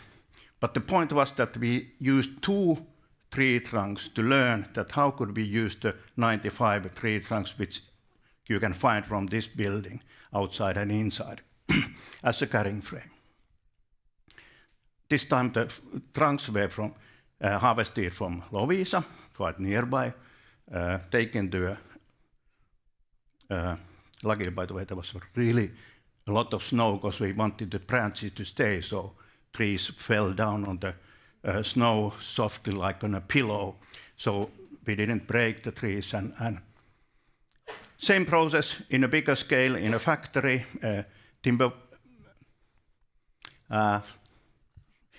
in Loviisa, Timber Point, with a huge CNC workstation, 95 or actually 120 tree trunks, because we want to have some extra, then transported to Jokioinen and then joined to building components. As well, by the way, we used the standard for the natural tree trunks, which is very poor C24 sawn timber. These carry much more than the standard, so you are totally in the safe place. No problem with that. But anyway, in Jokioinen as well, these components were kind of rebuilt, packed, transported on the site, and this shows that one person can make a difference. Actually, this is exactly this room that they are assembling, and that one guy is pushing it to the right point, although it's 30,000 kilos. So, and he's not any extra strong guy. And here we are. This is the building. Without people, it's much more nicer with the people. So when we could build this step by step like this, how couldn't we take it into components? Unscrewing, unbolting, and using the same components in a new place, in a school. The site is not decided, but somewhere out in the outskirts of Helsinki, and like I said, we already designed it as a school. How it will be there, that's another story. I, by the way, would like this to stay forever here on this side, because it fits so nicely there. There's that nice cafe as well. So, long process, and the story is not yet finished, but amazingly, this has reached so much media attention. BBC, wallpaper, DC, quite important media for us. But most important, this client is so happy that they wanted to make a beer for Jaakko Torvinen, the guy who was the initial architect. I like beer, but I like more the idea that this is one way to build a really durable, sustainable building. The wind dries the building, below the building, huge roof covers it, protects it from getting wet, and I think this building will be super healthy for several decades. Like I said, I'm more like a dinosaur, not the innovator, except every other morning. This morning I felt like innovator. Anyway, it's studied that in average, globally, one person has a bit more than 400 trees. But in Finland, we have 12,753 trees per person. And I think that's one of the reasons why we misbehave, treat timber and forest so poorly. We have a long tradition of building, my favorite building on the left, which we have developed, for example, next to this building. On the other side of the square is the Oodi library with the really nice wooden facade. Sibelius Hall in Lahti, excellent acoustics, made totally in wooden products. One of my favorites, Vihantasami Bridge, replaced a rusty steel bridge that couldn't be repaired, so they built a new wooden one. And Olympic Stadium from 1930s as an example of longevity of wood and as well versatility. That's one of the things why I like wood, that there's so many different possibilities for example, these nice glued products, LVL, laminated veneer, lumber veneer, glulam, CLT. Qualities vary, you can get quality that you want in the place where you want. And then, what about the innovation? I think many of us think that wood is an old-fashioned material for old-fashioned buildings, tiny buildings, but that's of course not true. This was an innovation a long time ago, gluing timber with very strong glues and making art piece in this case. And this is the kind of copy of the same thing. But in my opinion, we should have totally new innovation, not the ones that Ilmari Tapio Virkkala used. I think new generation will make new innovations.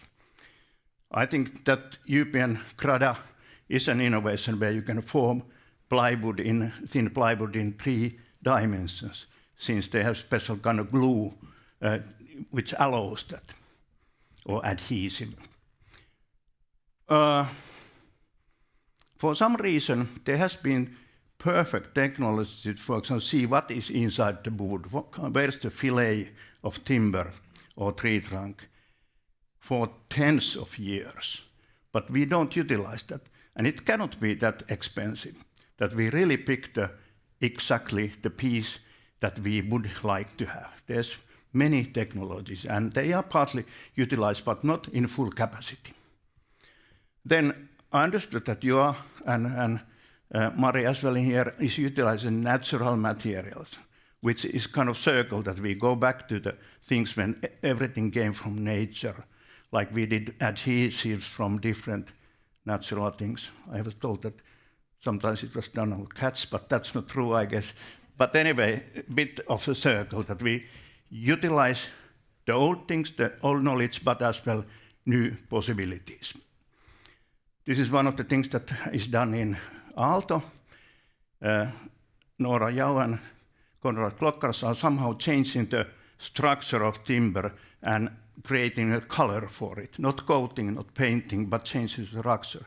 They are still working on 5 by 5 centimeter scale, but they should work, and hopefully in the future, in building scale to be really a good innovation.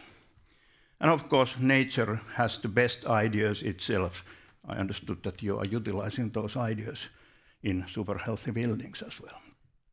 So, although robot could make a poor pizza, it is okay, but I think we still need a somebody to make a good pizza and put spices on top of it. So I believe on nature.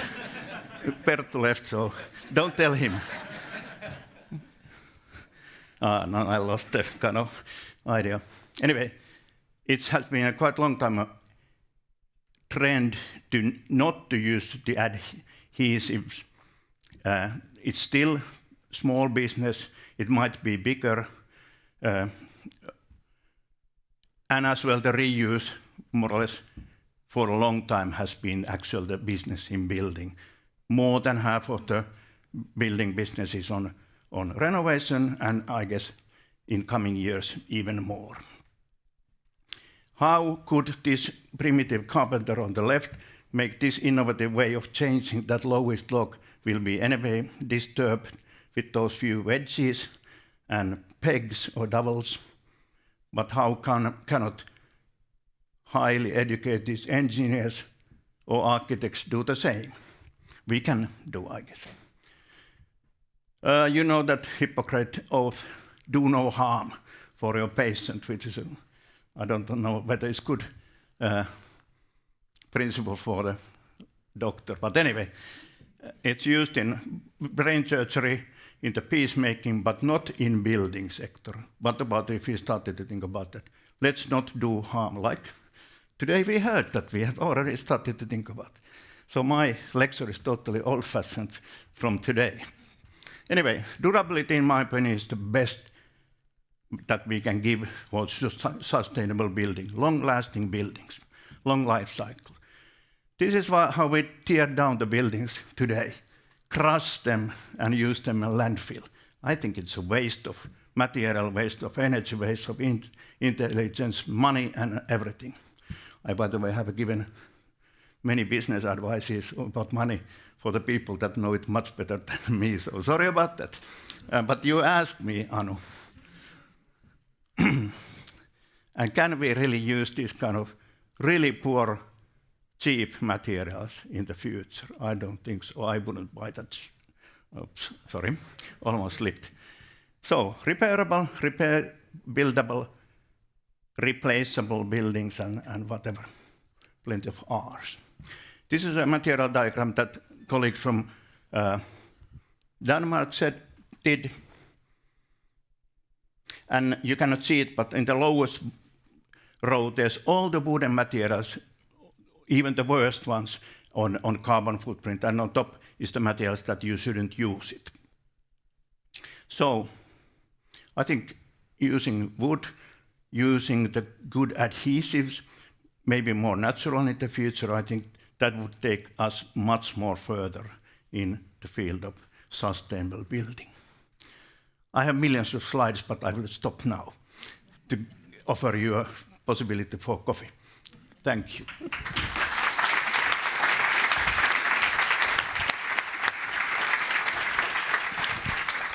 Thank you, Pekka. So we will take now half an hour break.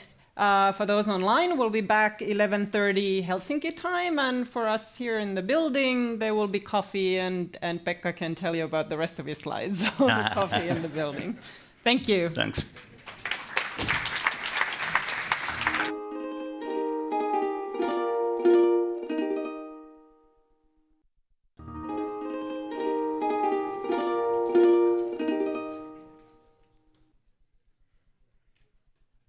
Welcome back to this Kiilto Healthy Buildings event today. And welcome back to our online audience as well. We will now hear 5 pitches from different companies, 5 minutes each, in which the companies will present their key innovation. The companies have been chosen to be here today because their ideas disrupt traditional ways of construction. After each pitch, we can take one question from the audience here at Pikku-Finlandia today. And Matti Rönkkä, Head of Ventures from Kiilto, is standing over there. He will give you a turn to speak with the microphone if you want to ask a question. So we're trying to be quick, so just raise your hand quickly and you can ask a question.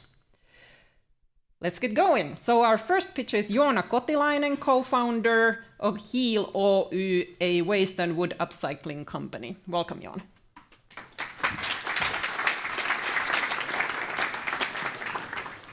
Hello. I will be talking you about Hiil Limited. It is a company which we established with my brother Miikka Kotilainen in January 2023, so we are quite new in our business. Our background is actually in furniture making and unique interiors. We have been working for 9 years under a different company called Wood Artist, where we have specialized in the use of reclaimed wood in interiors. One of our most notable projects there was building a sauna for the gaming company Supercell from the storm-felled spruce trees. And our use in the reclaimed wood sphere gathered attention. One circular economy specialist 1.5 years ago asked us a question that could we ideate and generate ideas what could be done from the wood utilized in bridge construction. There's a lot of wood that is being wasted at those sites, and the main problems with these wood materials are the practical problems: holes, nails, metal bruises, and worst of all, concrete and sand. You can see I'm holding a piece of such wood in my hands. You couldn't really reuse that unless you clean it, and that's what we are trying to do. We found out that we can turn waste into practical use wood product by applying fire on the surface of the wood.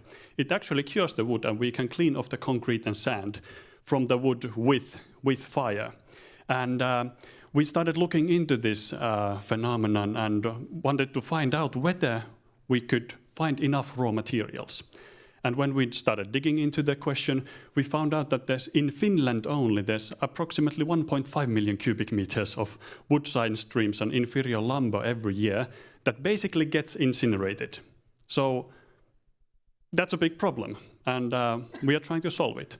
So we can clean the wood waste. Is there enough of the material? It's a yes.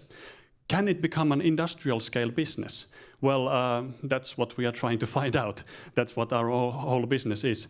We are trying to stop wasting wood, not only here in Finland, but globally. We are starting our operations, of course, here locally. We are trying to make a business case, and once our technology is working well enough, we plan to go abroad. And our business model is really simple. We buy pre-consumer side streams, wood waste from different industries. We do the charring on the wood. We use only biofuel made of bio-waste, so we don't want to use fossil fuels on the cleaning process, so we are going circular there as well. And our main product currently is called kiertopuu in Finnish. You could translate it in English as circuwood, but kiertopuu is the registered trademark at the moment.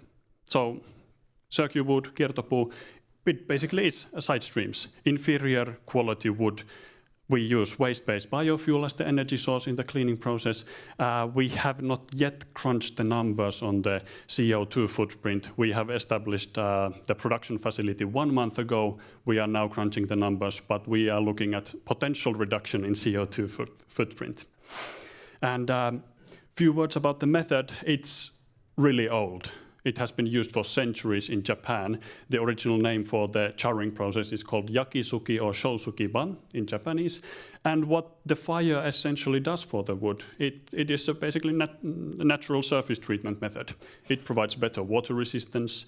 When we char away the sugars from the wood, it's not interesting for insects or molds. And if we char the material enough, then we also get better fire resistance to the material. And where you can apply it, it's basically just like any other wood material. Most of the material is structurally not sound enough that it could be used inside of the building as supporting structures, but in exterior cladding, structures in nature, decoration, interior materials, where it acts as a surface. Those are the main use cases for a material, and a couple of first public projects that we've done already is Metsähallitus hut in Salla National Park and in Joensuu City Market Square you can find Marttakahvio, the best Karelian pies in the world. They have our charred surface materials there. So what I'm essentially trying to say is that it takes already 4 cubic meters of forest to create 1 cubic meters of planks, and those planks can be used in construction. So I think we should be able to make better use of it than just burn it away. We should stop wasting wood. And We are currently looking for customers, obviously. We have production running. We are hiring a sales director. And in the coming 2 years, we will find investors for our factory establishment. Approximately 4 million euros of investment, which we are looking for private money as well. Thank you. I was Joona Kotilainen. This all.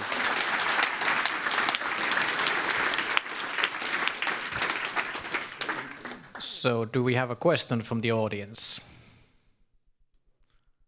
If not, then I have one. So I'm sure you do. First of all, congratulations on the fantastic innovation. My question is on the market, as you might guess. So what do you need to do, and what do you think needs to happen in the market for your product to become mainstream and not just a conversation started on someone's summer house or supercell sauna? Yes, I think the people's ideas and thinking needs to change. We had a really nice talk about how old is actually good enough, and new will become old very soon. So I think we need a large mental shift on valuing materials that have been old. That those could be used, and those should be used on the maximum potential. There's so much what we are wasting now. So I think if we don't change that, then we don't have a future in building. Thank you.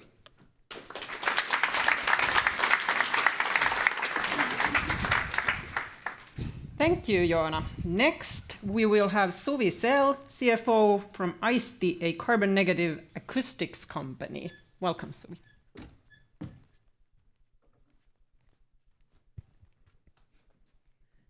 Hello all, and thank you, Kiilto, for the invitation and for organizing this super important event. My name is Suvi Sell, and I am CFO at Aisti Corporation. We already know why we are here. The climate change is one of the biggest threats facing our world today. Last year, the CO2 emissions reached all-time high figure, 36.8 gigatons, and nearly 40% out of that figure is coming from the built environment. Aisti can help in reducing that number. Our solution is the first sustainable indoor ceiling acoustic tile in the world at an affordable price. Today, most of the materials used in suspended ceilings in public buildings like here are glass wool or rock wool. Aisti can replace them fully. We have the same technical properties, the same installation method, the same appearance, and the same price. But unlike glass or rock wool, our product is fully sustainable. It is fully recyclable, non-toxic, plastic-free, and non-irritating. How can we compete in pricing with the big players like Saint-Gobain or Rockfon? With our production process based on foam forming technology. The technology itself is widely applied in the nonwoven industry to produce very thin paper-like materials, like diapers or coffee filters. Together with VTT, Aisti has further developed the process to enable the production of much thicker materials, like board-like materials, without any synthetic binders, which is usually plastics.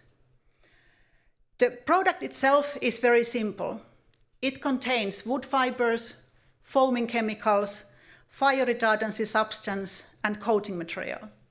And with the simple process, we can produce large quantities of acoustic tiles very cost-effectively. There is a huge interest on carbon-neutral building materials on the market. Aisti has been able to sign its first offtake agreement with Inlu Group, and we are just about to sign 2 more offtake agreements as we speak. We also have several letters of intent with different customer segments with a total annual usage of 1.8 million square meters of acoustic tiles. Our plan is to build the first commercial factory in Finland with an annual capacity of 2.5 million square meters, bringing the revenue up to 45 million euros. The plant is planned to be operational by mid-25. The second factory will be 4 times bigger with an annual capacity of 10 million square meters. The combined revenue with the two factories will be close to 200 million euros.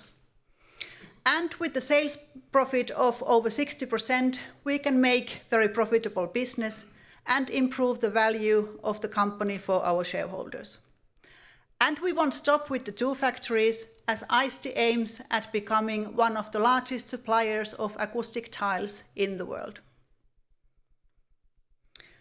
The company was born out from customer demand for healthier and more sustainable acoustic tiles.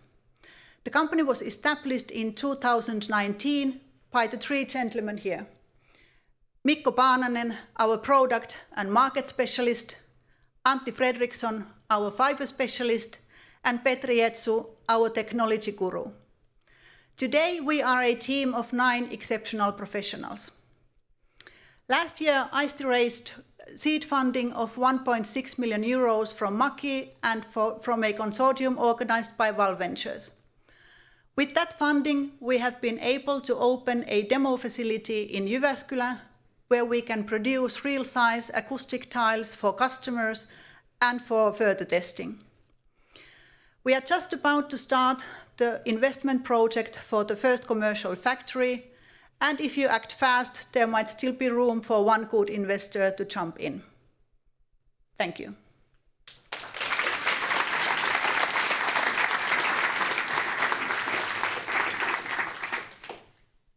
Do we have a question from the audience?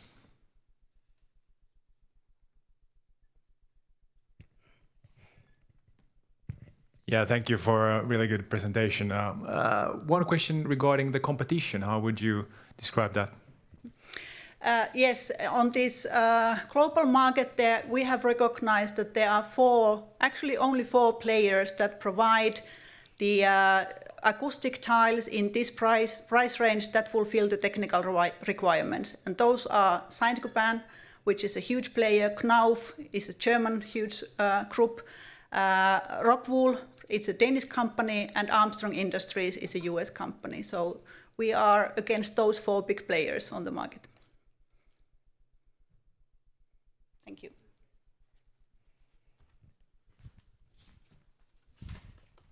Thank you, Suli. And next I will welcome to the stage Jani-Mikael Kuusisto, co-founder and CEO the warming surfaces company AVTT spin-out that is digitizing space heating.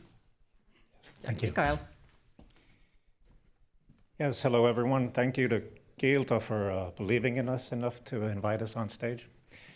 We are digitalizing warmth. And what we mean by digitalizing warmth is not the act of having sensors and then controlling them distantly, not just that, but actually the production of the heat is done digitally. And I want to start by thanking a few entities for why we are here today. First of all, VTT, Business Finland, European Union, for believing in the field of printed intelligence for over 20 years. We are world leaders in Finland in an area of using manufacturing processes from the paper industry to create new types of functionality, for instance, onto paper-like substrates. And I also want to thank the Finnish Armed Forces for asking VTT to develop more advanced decoy systems. It's because of their need to have large area pixelated heaters that we were then finding an opportunity also in the civilian space for these digital heaters. But why are we looking to disrupt heating? Because heating is extremely energy intensive.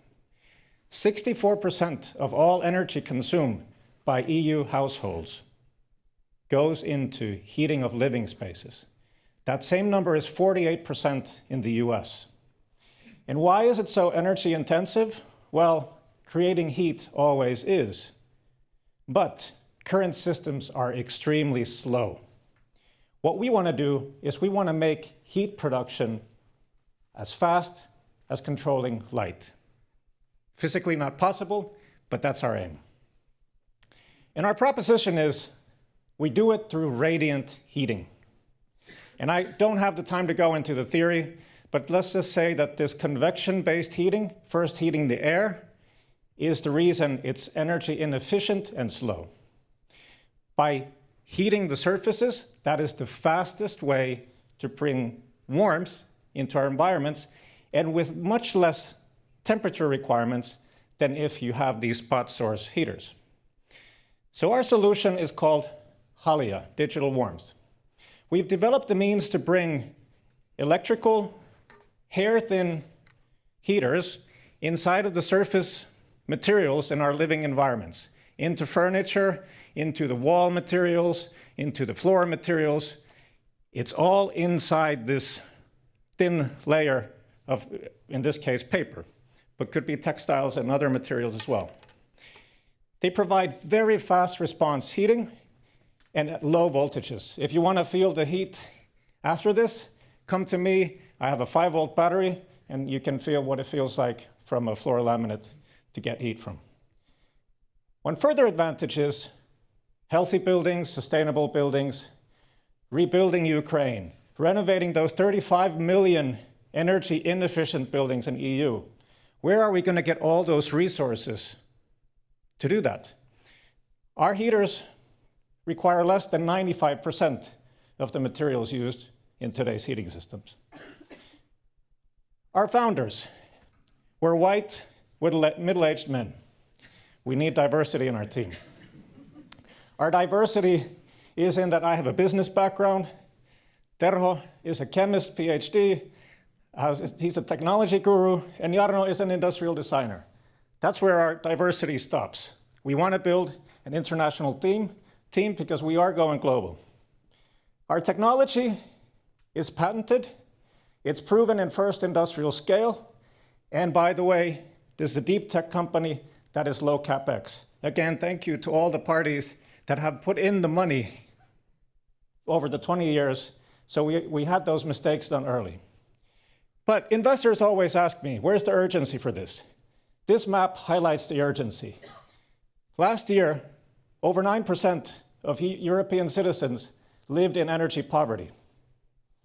68,000 more people died last winter than in normal winters because of the energy crisis. So it's no wonder that our go-to-market partners come from Portugal, where it's one of the countries with the biggest problem. Surforma is a laminate producer. Casais is a construction company operating in 17 countries. We've now proven a product with them. We won our first innovation award with it. We got recognized globally, front cover of Fast Company.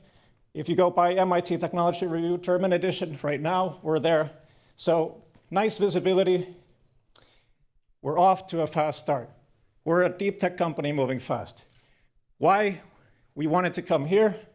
Well, we were invited, thanks for that. But our partnerships are now largely abroad.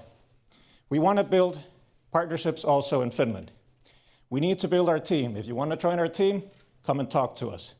And of course, we're an excellent investment opportunity, and I'm happy to talk more about that. So, I'm a little bit over time. Thank you.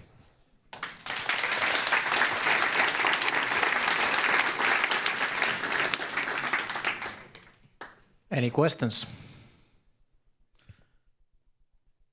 Sorry, Tommy, there was one here before. There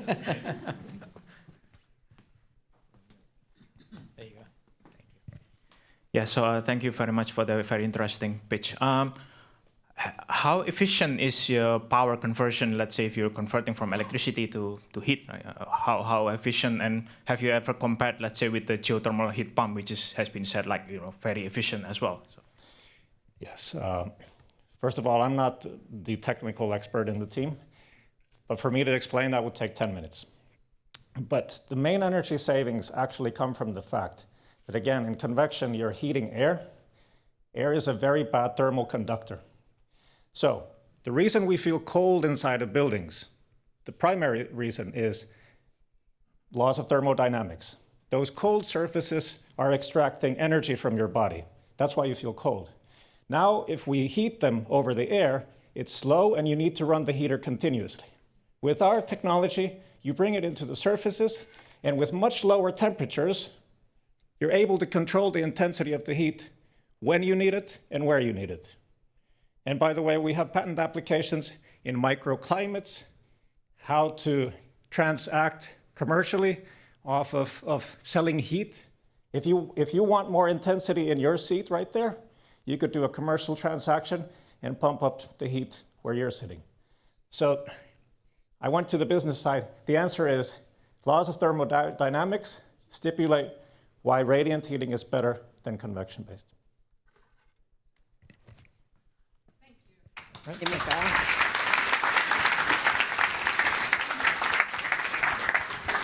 Thank you.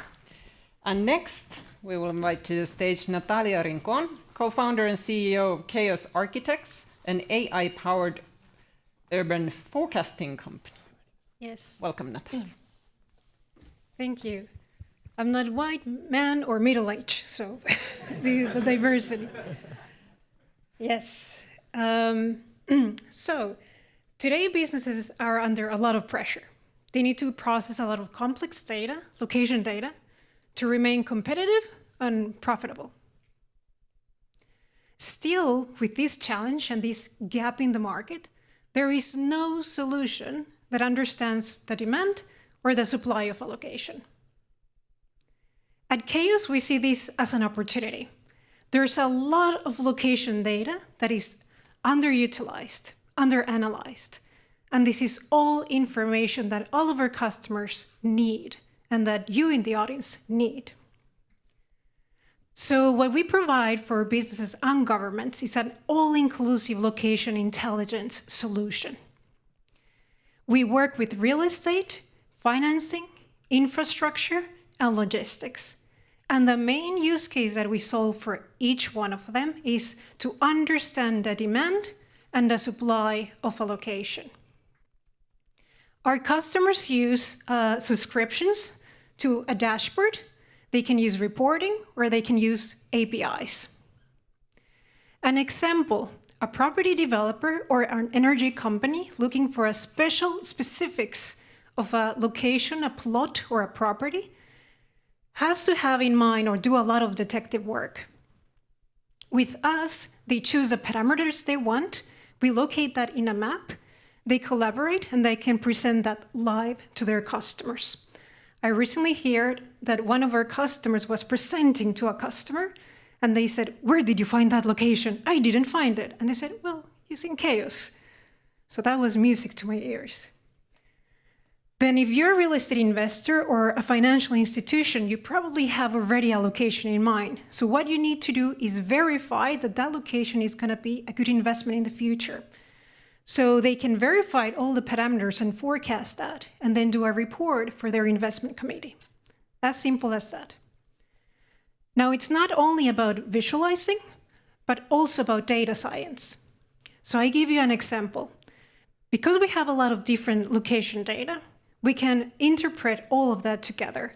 So age of the building, energy source, demographics, usage of the energy, put that together, we can pinpoint to our customers which buildings they should renovate first. So what is the best investment? Now, the location intelligence market is one of the biggest ones in the world. In 2030, it's going to be worth $50 billion. Now, all the ones in the market right now, companies mapping solutions that are 30 years old, there's no incumbent towards them. Mapbox, which is the youngest one, is 13 years old, and they're already hitting $100 million in revenue. Now, today we have been selling with our network and with word of mouth, but we already have a lot of customers, and we have been growing since last year 17%. So we expect that by releasing our product growth, we are going to also grow quite fast. We are in Finland and Denmark right now. Now, we are selling subscriptions to dashboards, but we expect that the big hit is going to be an API. We have customers from different industries, international, very big names. And when we look at the competition landscape, we see solutions that are very complex to use. They're basically an interface on the left side, very heavy, you need to buy the data. But then we see other startups coming on the lower right end that are very niche solutions. So as we were hearing, they're just digitizing. But Chaos looks at this in a very different way. We want to show you where the big investment is. We don't want to digitize property owners. So what makes us unique is that we have a 360 view of a location and we forecast that. And our customers like us and they're sticking with us because they can collaborate, bring their own data, and automatically do reports. We are 2 co-founders, women, and our management team, comes from industries like IBM, EDS, Kone, Futurize, Dutch, and Sitowise.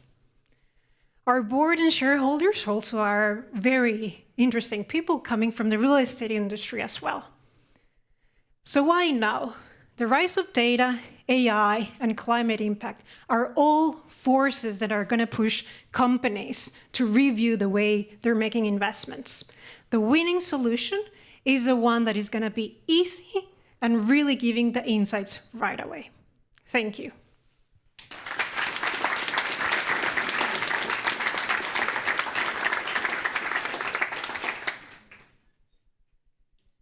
Questions? If none, then I have one. So you're very much, first of all, congrats on what you built. It seems fantastic. You're very much a big data company, and you also have a lot of different type of customers, different customer groups. How will you make sure operationally that you don't become kind of jack of all trades that do a bit of everything, but actually find the channel and the customer group that scales and build the right features for them? Our go-to-market was to go into that customer that is really the innovator and the one that is going to adopt the product faster. So that for us was property developers. But after that, everything that a property developer needs, all the ecosystem in the built environment needs. So who is a property owner? What is the zoning? What is the energy? Who lives there? What are the services? What is the traffic, the footfall, etc.? And then our go-to-market was just planned like that, one customer segment every moment. So today we are covering different customer segments with the same information. Thank you.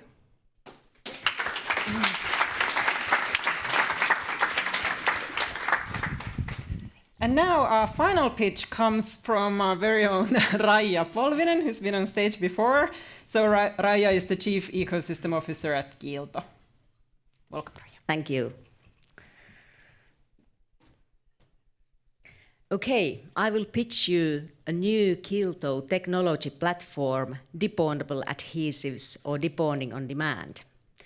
We have been developing adhesives that will last forever, no matter what, but now we all need to design for disassembly, and with this technology we are enabling the circular economy and easy repair of materials. Probably many of you have experience about bathroom renovation, which I use as an example of potential of this technology. So how do you feel when you look at this picture? Desperate? Maybe you can smell or even taste the dust in the air, or maybe you can hear the voice of taking down the tiles from your neighboring apartment while trying to have Teams meeting at home. So bathroom renovation, it means waste, dust, noise, and it's also pretty expensive. And it's causing large greenhouse gas emissions. So ceramic tiles, global consumption is about 18 billion square meters, and their manufacturing and use in tiling is causing as much greenhouse gas emissions as driving 60 million cars for a year, and tiles are today not reused.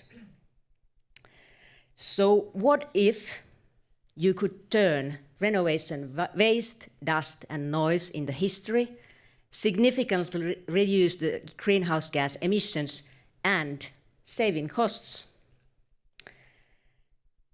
With dependable adhesive, tile adhesive, the changing your tiles is pretty easy. So you can use microwave heating, which depends the tiles on demand without noise and dust. Tiles can be reused and sold, as well as tile adhesive, and new tiles can be applied without demolishing the whole bathroom. And you can do it again and again. And here you see the movie from the lab scale, depending on demand. This is the machine which is producing the microwaves. And now the magic happens.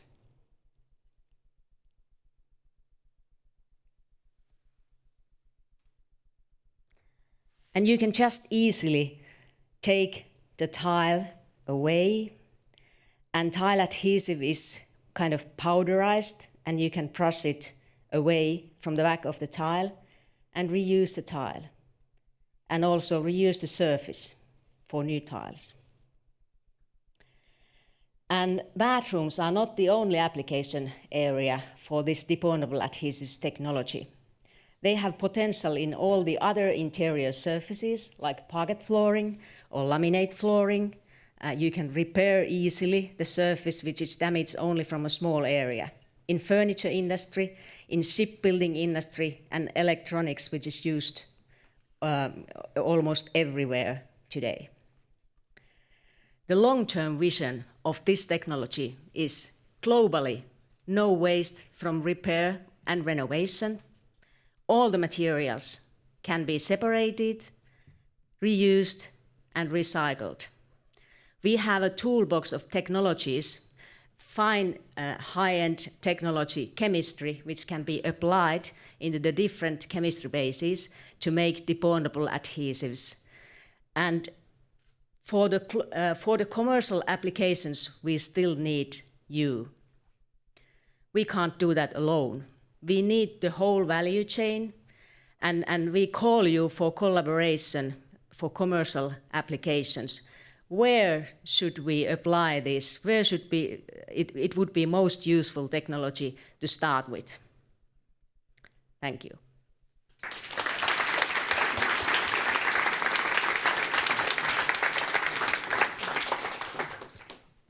Any questions from the audience? There we go.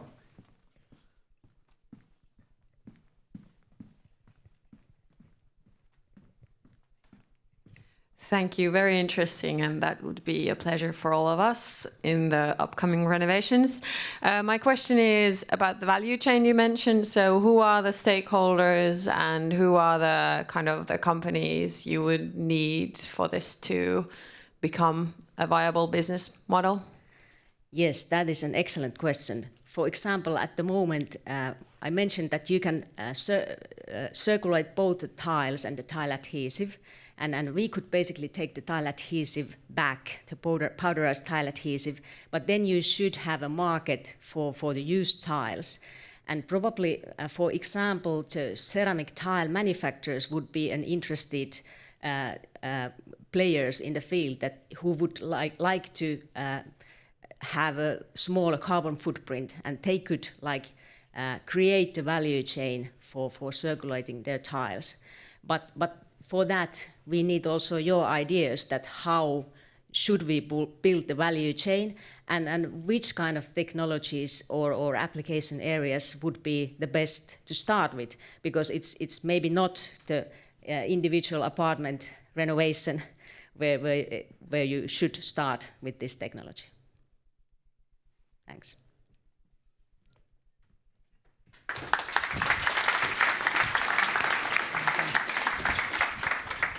Thank you, and thank you to everyone who pitched. You can, of course, talk to the presenters over lunch. I'm sure they'll be happy to answer any more questions that you have.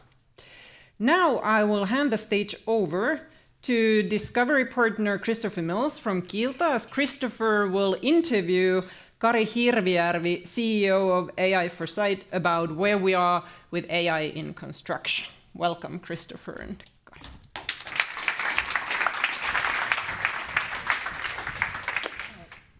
Anu, can I have Have a seat, Kari. Thank you, thank you. So first of all, let's see if this works. Yeah, we have a Mentimeter question for the audience. So where do you see AI making the fastest change in the built environment? So that's going to be running in the background. Please zoom in to the QR code, get your phones out. So we're sort of, they're not taking pictures of us, they're taking pictures of the QR code. That's good. Okay.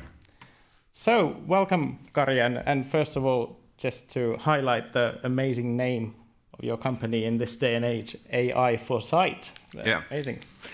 I wanted to start with a question. The last year has been crazy for all of us. So what has surprised you the most over the past year of being in the built environment with a startup in AI? Couple things, at least. The latest one, the speed of House of Blocks market experience. They have that market have been down through the first 3 months in Finland, if you think the market situation. We are not building at all House of Blocks at the moment. The biggest player has started only one project this year. So that was a very surprising situation. But if we think about AI development, of course we have to mention ChatGPT. They managed to have, if I remember correct, 120 million users in 2 months when they came out with 3.5 version of their product. That was a huge thing. Yeah. And of course that was also very good thing if we think AI development and AI deployment. So I think I believe that almost everybody had used ChatGPT already, and it gives a good solid service to experience that AI is not some fancy thing or things or what is really not related to my work, and you can have an immediate value of it. So it's open road for other AI developers also. Yeah, I agree. It's open doors. Yeah. You have AI. You have an AI assistant called Wendy. Yeah. I'm interested. I don't know if anyone else is thinking, but where does the name come from, Wendy? We had a name competition, and our country managers in the UK daughter came that up. And, okay, cool. And everybody knows Bob the Builder in Finland is Puuhapete. And in the UK, Bob the Builder's colleague, his name is Wendy. Oh. And Wendy is in charge of basically everything in the back office. So the material flows to the site and all the bills are going to the right places and so on. So yeah, that is the background of Wendy name. Wow, that sounds really interesting. So you mentioned already is that what Wendy does? So is she the back office for a contract? She can be, yeah. Wendy is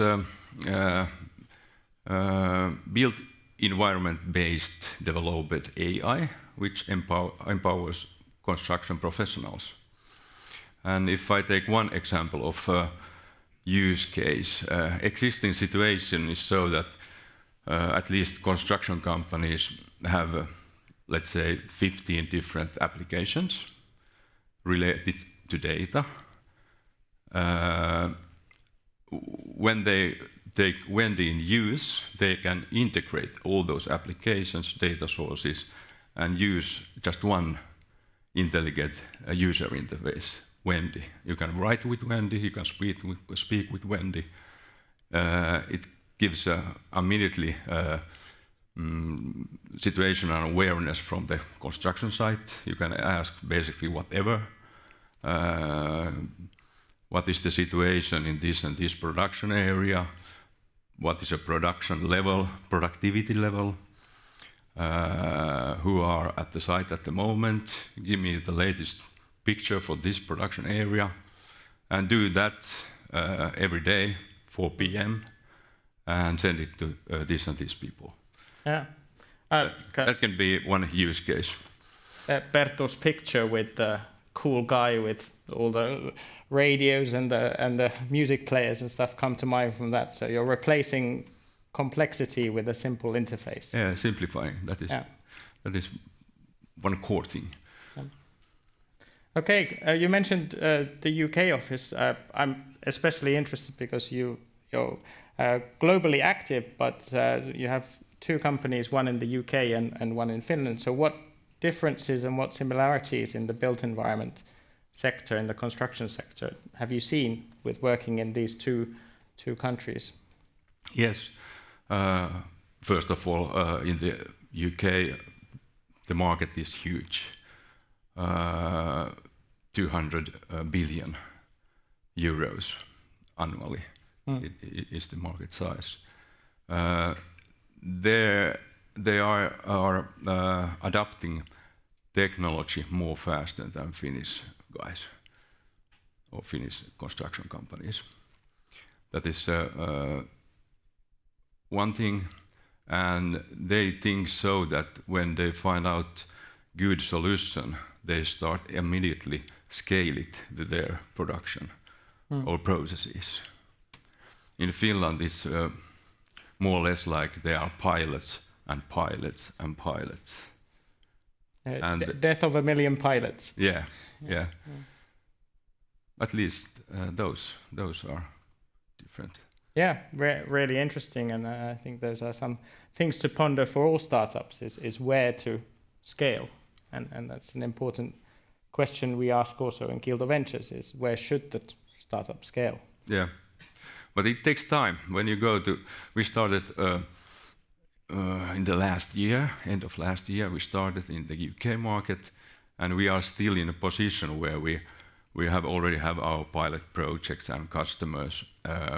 But there's a lot of discussions and networking, and you have to do your homework very well before it starts to scale.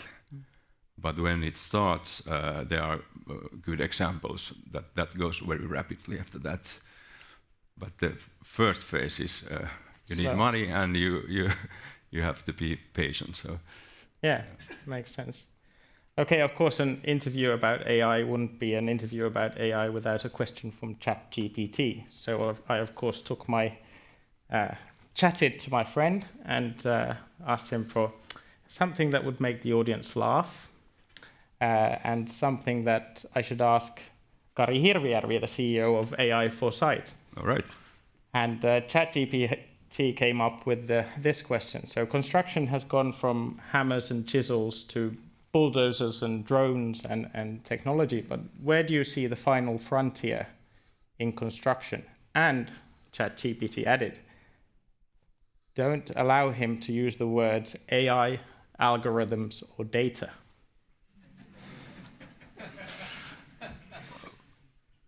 There is nothing left after that, basically. What was the question? Where do you see the final frontier? So where do you see the construction market evolving into? Construction industry have been quite slow with changes.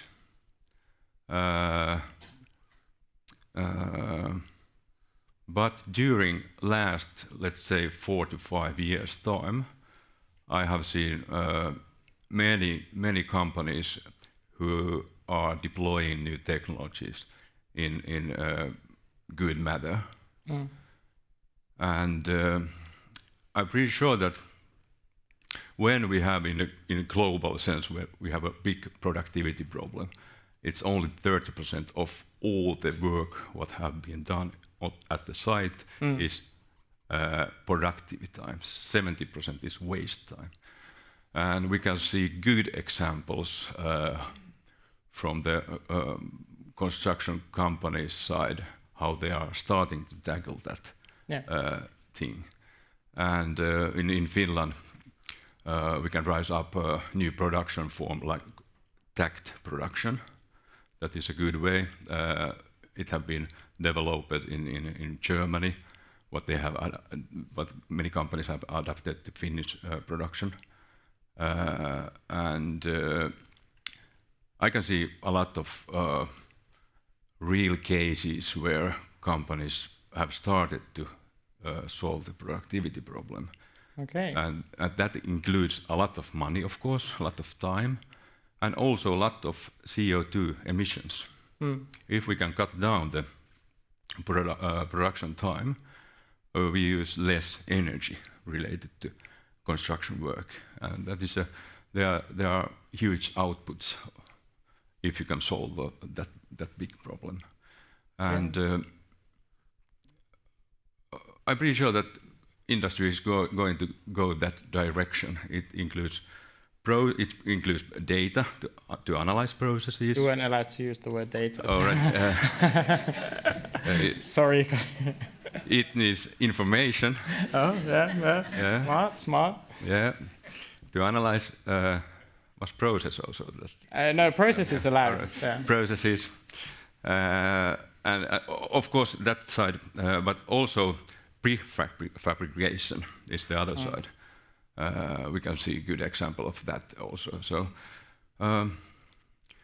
So could I summarize that you see the change? So in Perttu Pölönen's one slide, there was the inflection point where we go from lots of pilots or lots of thinking about things to actually changing things. Yeah. Then do you feel it happening now in the construction? So the final frontier is actually change for the construction industry. Yes, I feel it. I really have to think about it. I have been in construction industry all my life, 30 years, and nothing happened during 25 years' time. But let's say there are big things, the big movement at the moment. Yeah. And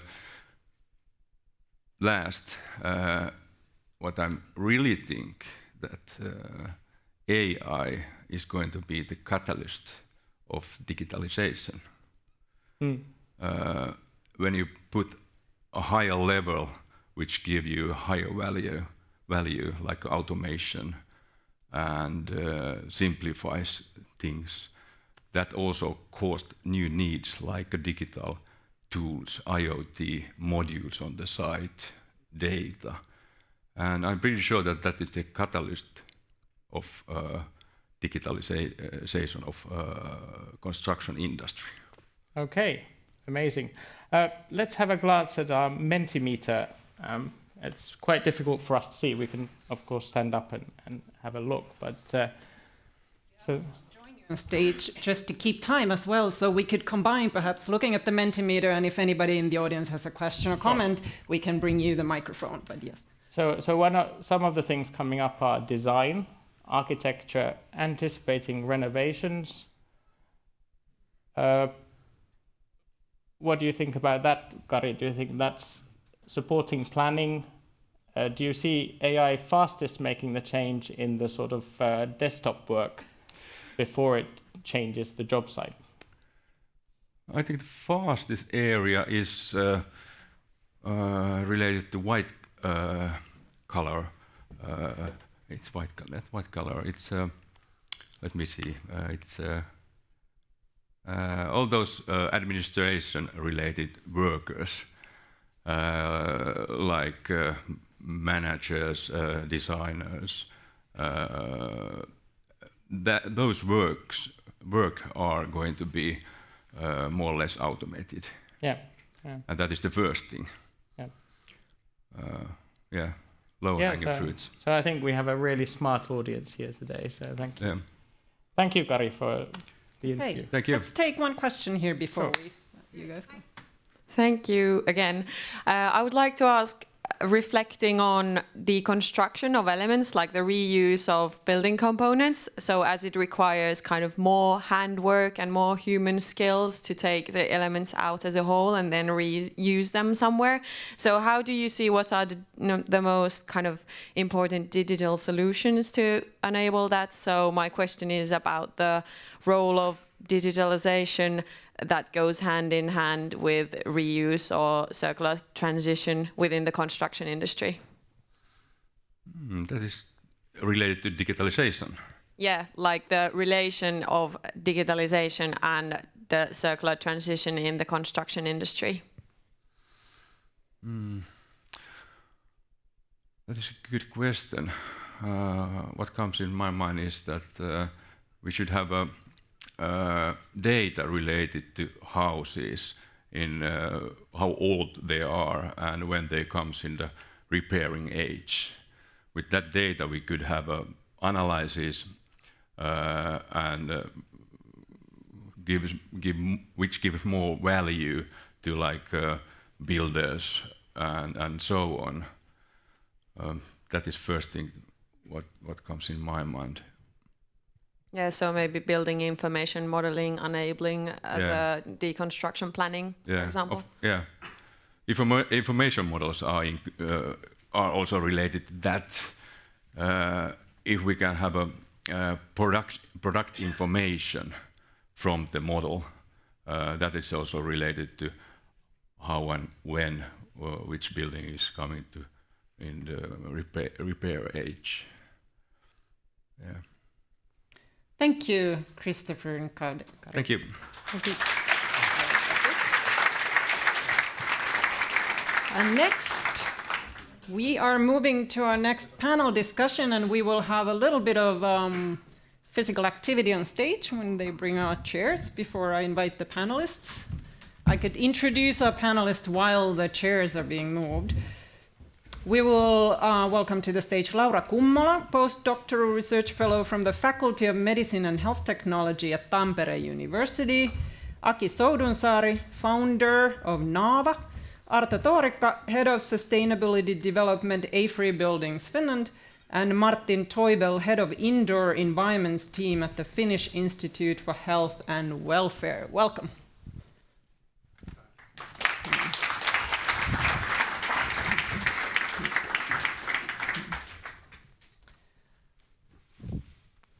So our title is Healthy Indoor Climate and the Role of Biophilic Design. I will start with Aki. Aki, what is biophilic design? What do we talk about?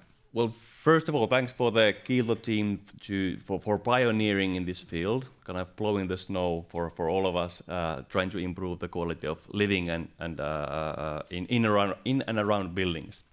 That's how I kind of came up with the built environment. But biophilic design is kind of or biophilia is a innate need for people to be near nature. It's kind of our genetic kind of a need to look for signs of life, food, water, vegetation, and so on. And we're kind of scanning the environment like 20 million times per day to do that. And it's also about kind of species-specific environment.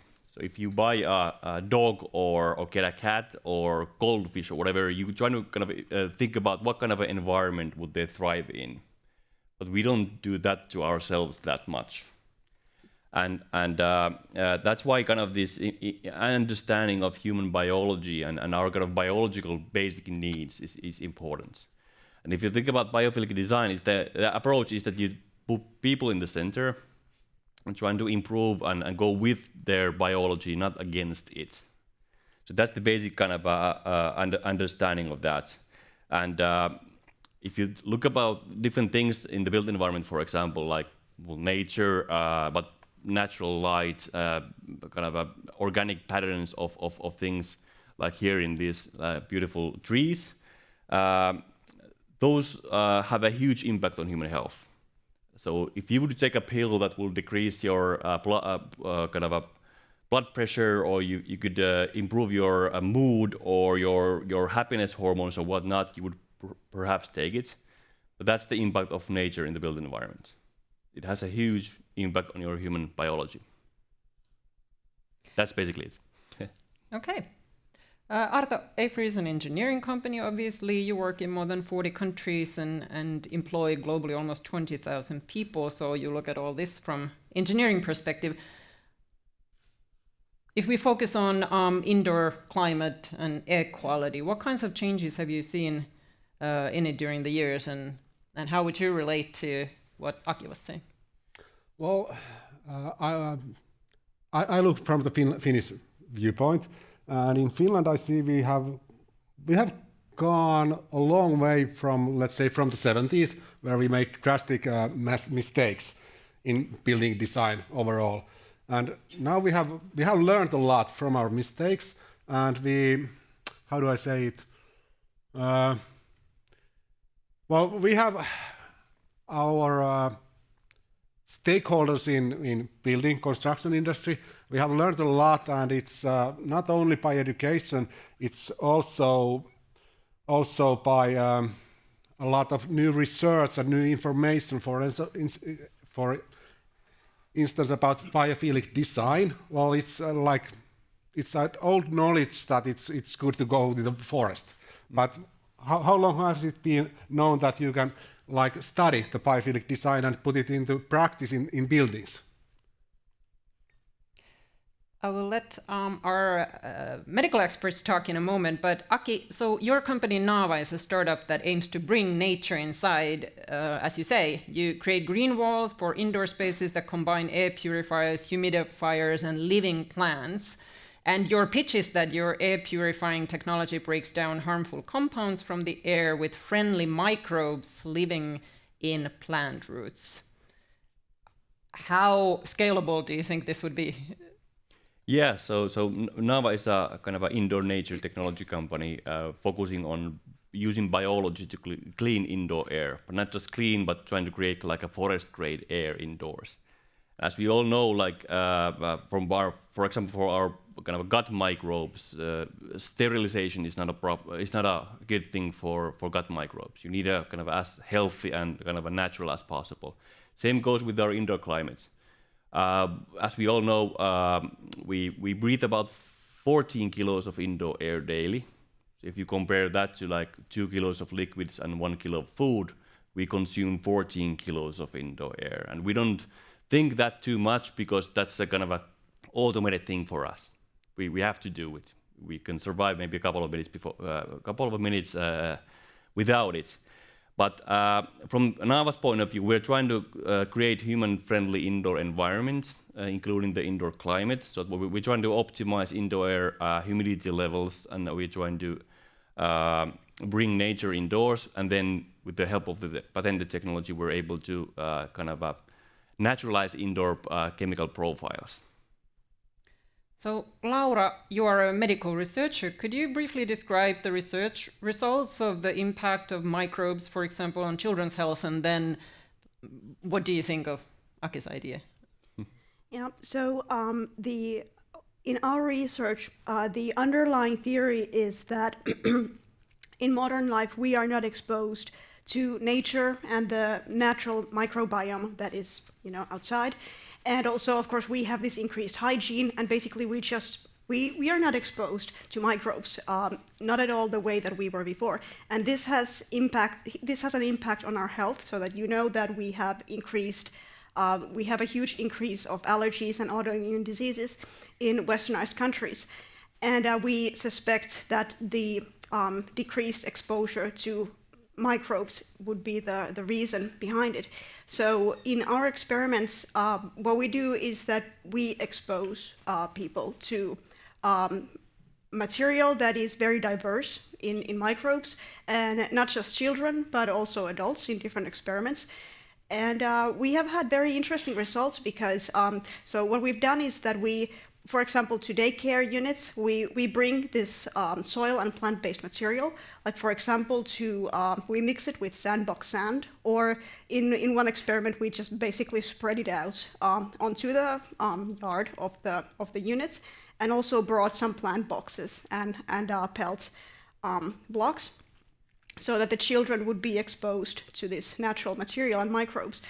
And the result was that, of course, we saw an increase in the microbial diversity on their skin, also gut microbes, and we saw these changes in these kind of cytokines, which are these chemical messengers in the body that mediate messages in the immune system. So we saw these changes in the cytokines that are associated with regulation of the immune system. So kind of maybe downplaying inflammation, which we could interpret that it might have a beneficial effect on, for example, allergies or autoimmune diseases. And we also had this collaboration project with NAVA. So we brought these green walls to office spaces. And again, we took a look on would it have any impact on the immune system of the office workers. And again, we saw the same results, that we saw changes in the microbiota of the skin, and also some changes in these immune markers. Yeah, it was a kind of a groundbreaking result in a way that it was published at Nature, which is the top three kind of academical publication in all of the fields. So the end result was that we were able to improve people's immune system by introducing microbes to air, which sounds weird for every engineer in this building, but kind of naturalizing indoor environment, that was our goal. Martin, you work for the Finland's Central Health and Wellbeing Organization, so I'm sure you look at it from a society level. What do you think of this? Should we try to introduce more microbes inside, in buildings, in schools, in apartment buildings? Well, I think also looking at this or thinking about this from a health perspective, really, I think what research has shown us over the past decades and like even centuries is that it's not that clear-cut, that black and white, that simple, I would say. Just to say that we need to increase the intermicrobial exposures, or we should just try to avoid it completely. I think it's very clear to everyone that if you have situations of very excessive microbial exposures, that might not be the best thing.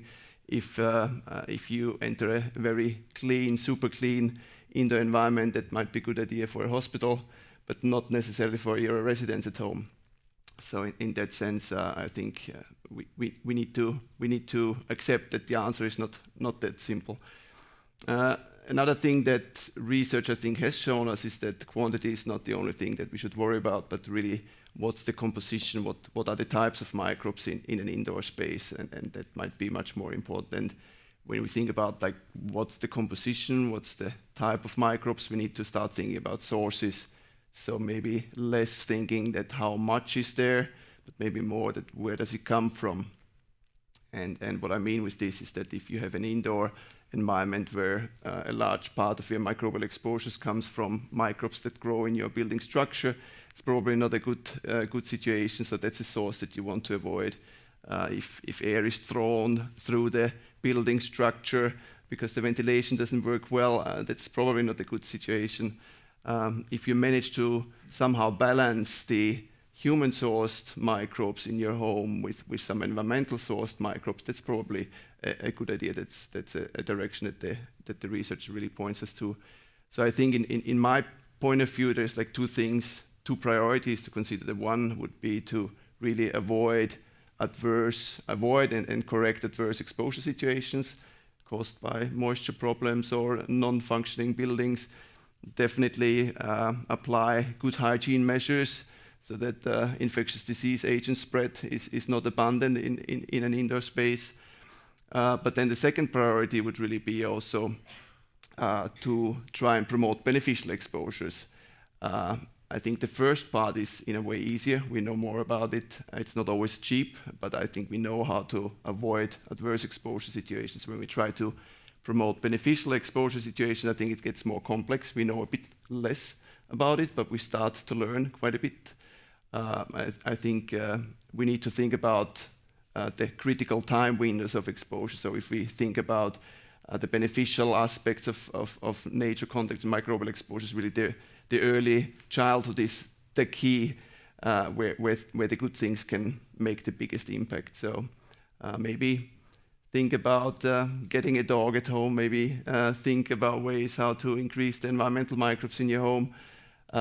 Maybe don't clean too much, but spend more time playing outdoors with your child. Could be ideas to get that balance right. Yeah, I was wondering, like, if you would have to convince me of the good microbes. I was thinking, like, how do we know what microbes are the good microbes, and how do we actually produce them? And also, if there's a research that shows the good benefits, how do we know that it's actually about the microbe? It's not about people believing the solution and the results being of the belief, because as we know, yeah. Well, I would say that if you really see like changes that you can measure in the biomolecules of the body or the microbial composition, of course it's not about believing in that case. And if well, this is now already going beyond what has been done, but if we could show that you do this, you increase exposure to this material, these microbes, and then you would see as a result of a decrease or less risk of allergy or autoimmunity. Of course, that's a very concrete result that cannot be, put just to belief. But I would say that we definitely need more information and more research on what microbes are really the beneficial ones. And it might not be that it's about one specific microbe, like we have all these pills you can take that have maybe 1 or maybe 4 different lactobacillus strains. It might not be enough. It might be that you really need the diversity, and maybe it might be that it's important to have all these interactions between the microbes and also your immune system to get all the beneficial results. So it's not just about 1 or 2 strains of bacteria, but it might really be about the diversity. I think Martin had, and then the second. Yeah, I enjoy hearing a critical mind, and I think we've learned a lot, that we've come a long way over the past 10 years maybe with this research. I think there's still a lot of open questions, and I think anybody standing up and saying, I know what's a good indoor microbiome, you should listen very critically and hear what the person has to say, because I don't think we're really there. I also agree that it could be anything. It could be from a pill to, the solution could be not as simple as changing something indoors, but people actually need to engage into activities that promote more than just the microbial interaction. So I think there is a lot to learn still, and I think we need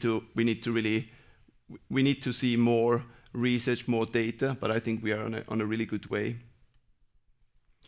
Yeah, as a kind of a health scientist, I would take the evolution approach to answer this question. Like, we've existed the last 3,015 years in kind of caves and forests and whatnot.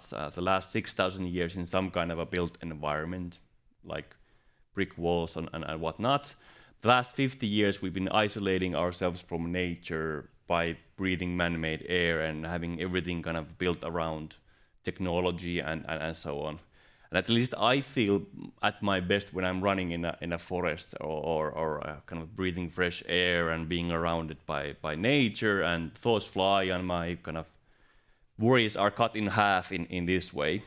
And the built environment has been kind of historically designed for kind of a cost efficiency and recently for environmental kind of friendliness in mind.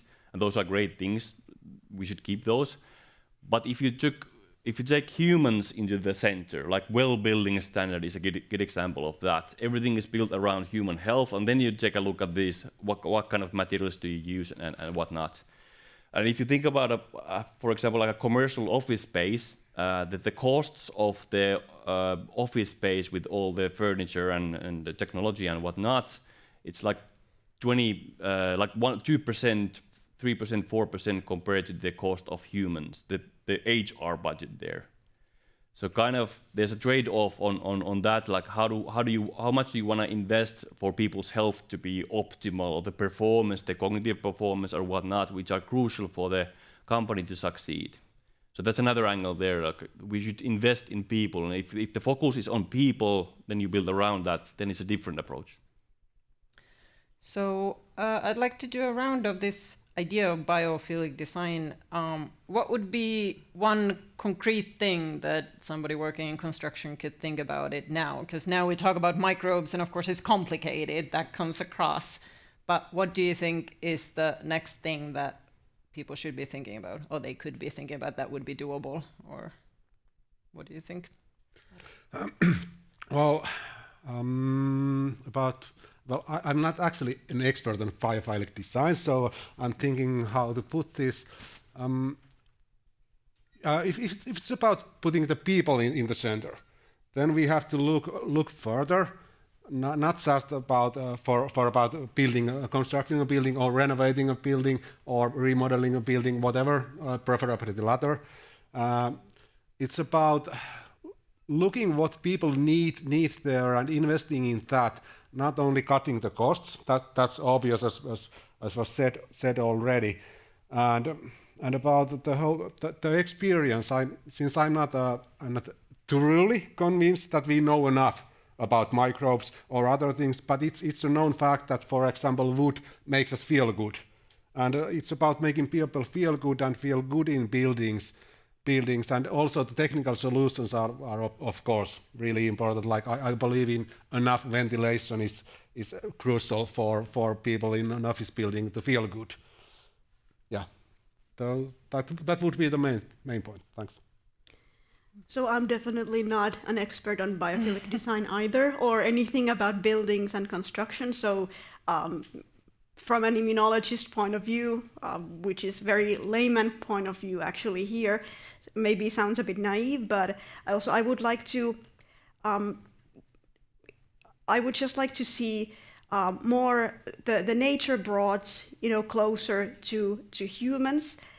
Also in designing buildings and living, and I see, for example, one very concrete thing would be to let go of this idea that we need to have yards, that are basically just like of only the terrace wood, which is not anymore wood oftentimes, but like half plastic or concrete or stone, but that we could have this rewilding, making yards more diverse in terms of like plants and everything you could imagine, like have these old style, like your granny would have a very diverse yard, for example. I would like to see this come back, or have this more in our in the spaces that we live.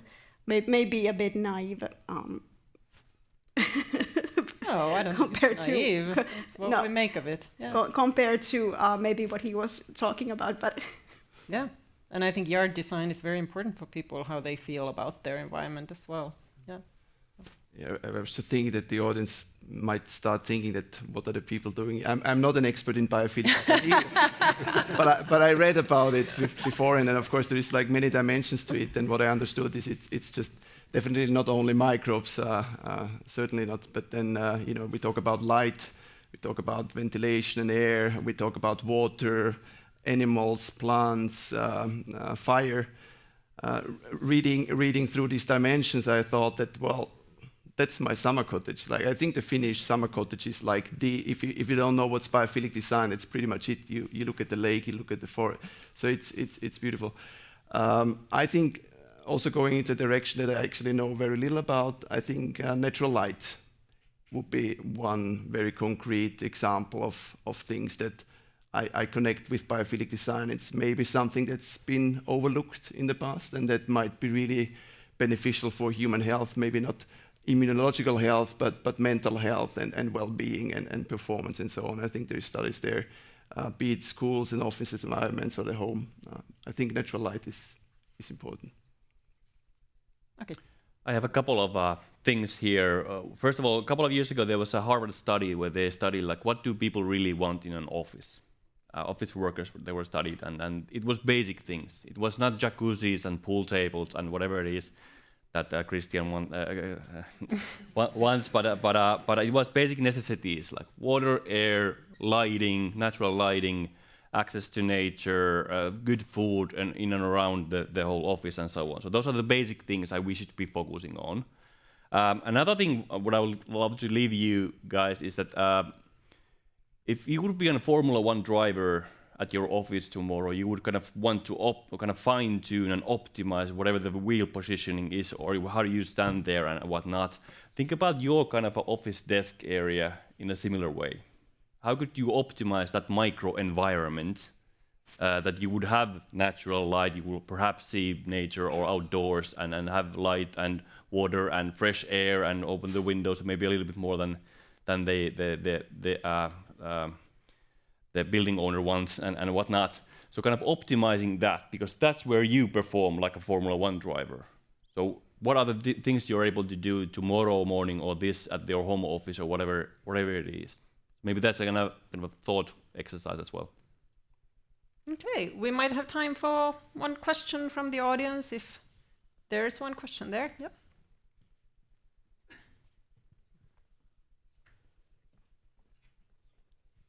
Yeah, so thank you for a very inspirational nature talk. I'm wondering that during COVID, there was a lot of air purifiers put indoors, in retail, in houses, everywhere, in offices. So how are the plants, like the performance of indoor plants and microbes compared to those air purifiers? I mean, is there any research about that? So, yeah, plants don't purify air indoors. Plants don't purify. They don't have any effect on indoor air quality in the built environment. We at Nava, we use plants, but we use microbes to clean air. So what we have in the system, that we have these biofilters which are full of microbes. We draw air constantly with the help of fans through these. So we kind of circulate air through a biological air purification machine, which means that with the help of microbes, we're able to reduce 57% of harmful chemicals on a single pass through the system. So it's a myth that plants purify air. In a chamber-like environment, they do get rid of chemicals and whatnot. But in an environment where the air changes all the time, it needs a little bit more efficient system. So kind of half advertisement for Nava is that one Nava 1 times 2 meters system is the same as having 6,000 plants in an office or in a room. And that's why it's efficient in cleaning indoor air. But it also optimizes indoor air humidity, which, we all know, when we're moving into winter times, the dry air is causing mucous membranes to dry up, and then the infections come in, or you have loss of voice, or your eyes are dry, or whatnot. So the indoor climate, also from the humidity point of view, helps. So that was a half-paid advertisement. For Nava. If you wanna take a look at Nava products in action, we have a showroom in Mannerheimintie 4 next to or end of the Esplanade Park. You're feel to visit there anytime you want and see what's our vision of the future of the office will be. So it's a showroom where it's our office as well. Okay, and Martin. Well, and I would buy quite a bit of what's just been sold, but then at the same time, I think I would. You asked about SARS-CoV-2, and I would not go that far to say that having a plant ball will solve an issue of having viruses in the air. I think the developments towards higher relative humidity might have some mitigation effect there as well, but then really if it's about removing infectious disease agents, and I'm working for a governmental institution here, I think we shouldn't necessarily think of plants in the first place, but that wasn't implied. Yes. Thank you. I would love to continue the conversation, but it's time for us to move forward, and perhaps over lunch you can approach our panelists and continue the discussion. So thank you to our panelists. Let's give them an applause. I will let you all move, and I will welcome to the stage Anssi Asikainen and Miikka Haapaaho from Kiilto to say a few concluding words for you.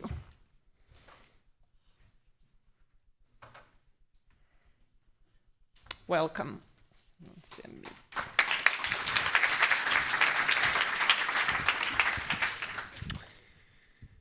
Great to have you all here. I think we have had excellent conversation, and one issue that I have been noticing when talking to people in the beginning and during the breaks, that the diversity between backgrounds of the persons that are present is really something great, and I think that is a really good ground for innovation or even disruptive innovation, as we have been talking about today. Yeah, this is also an internal kind of a hype. We have Kiiltonians here, and of course many of us have some kind of role in this super project, and this is kind of further boosting the really great atmosphere around this. Yeah, I think it's clear for you already how to continue. It's about joining us, taking part of this with your expertise. We have a limited expertise, as we have noticed, but the will to cooperate with you, and really hoping forward to get your answer when we will contact you in a short. Thanks. Thank you. My thanks goes to the arranging team that made all this possible, brought all these people together, and this is only the beginning of the journey. Now it's the time to join the ecosystem and actually make the disruptive innovations and do that together. We heard a lot of interesting speeches, Perttu's opening words and so forth. So let's be together the group of people that disrupt our own businesses and make something good out of it, so that let's not let somebody else learn the mistakes and do it for us, making us obsolete. So you know what you do. You join the ecosystem, you come to the lab day. It was November 16th. And let's then network more, discuss more, and start something concrete together. Thank you.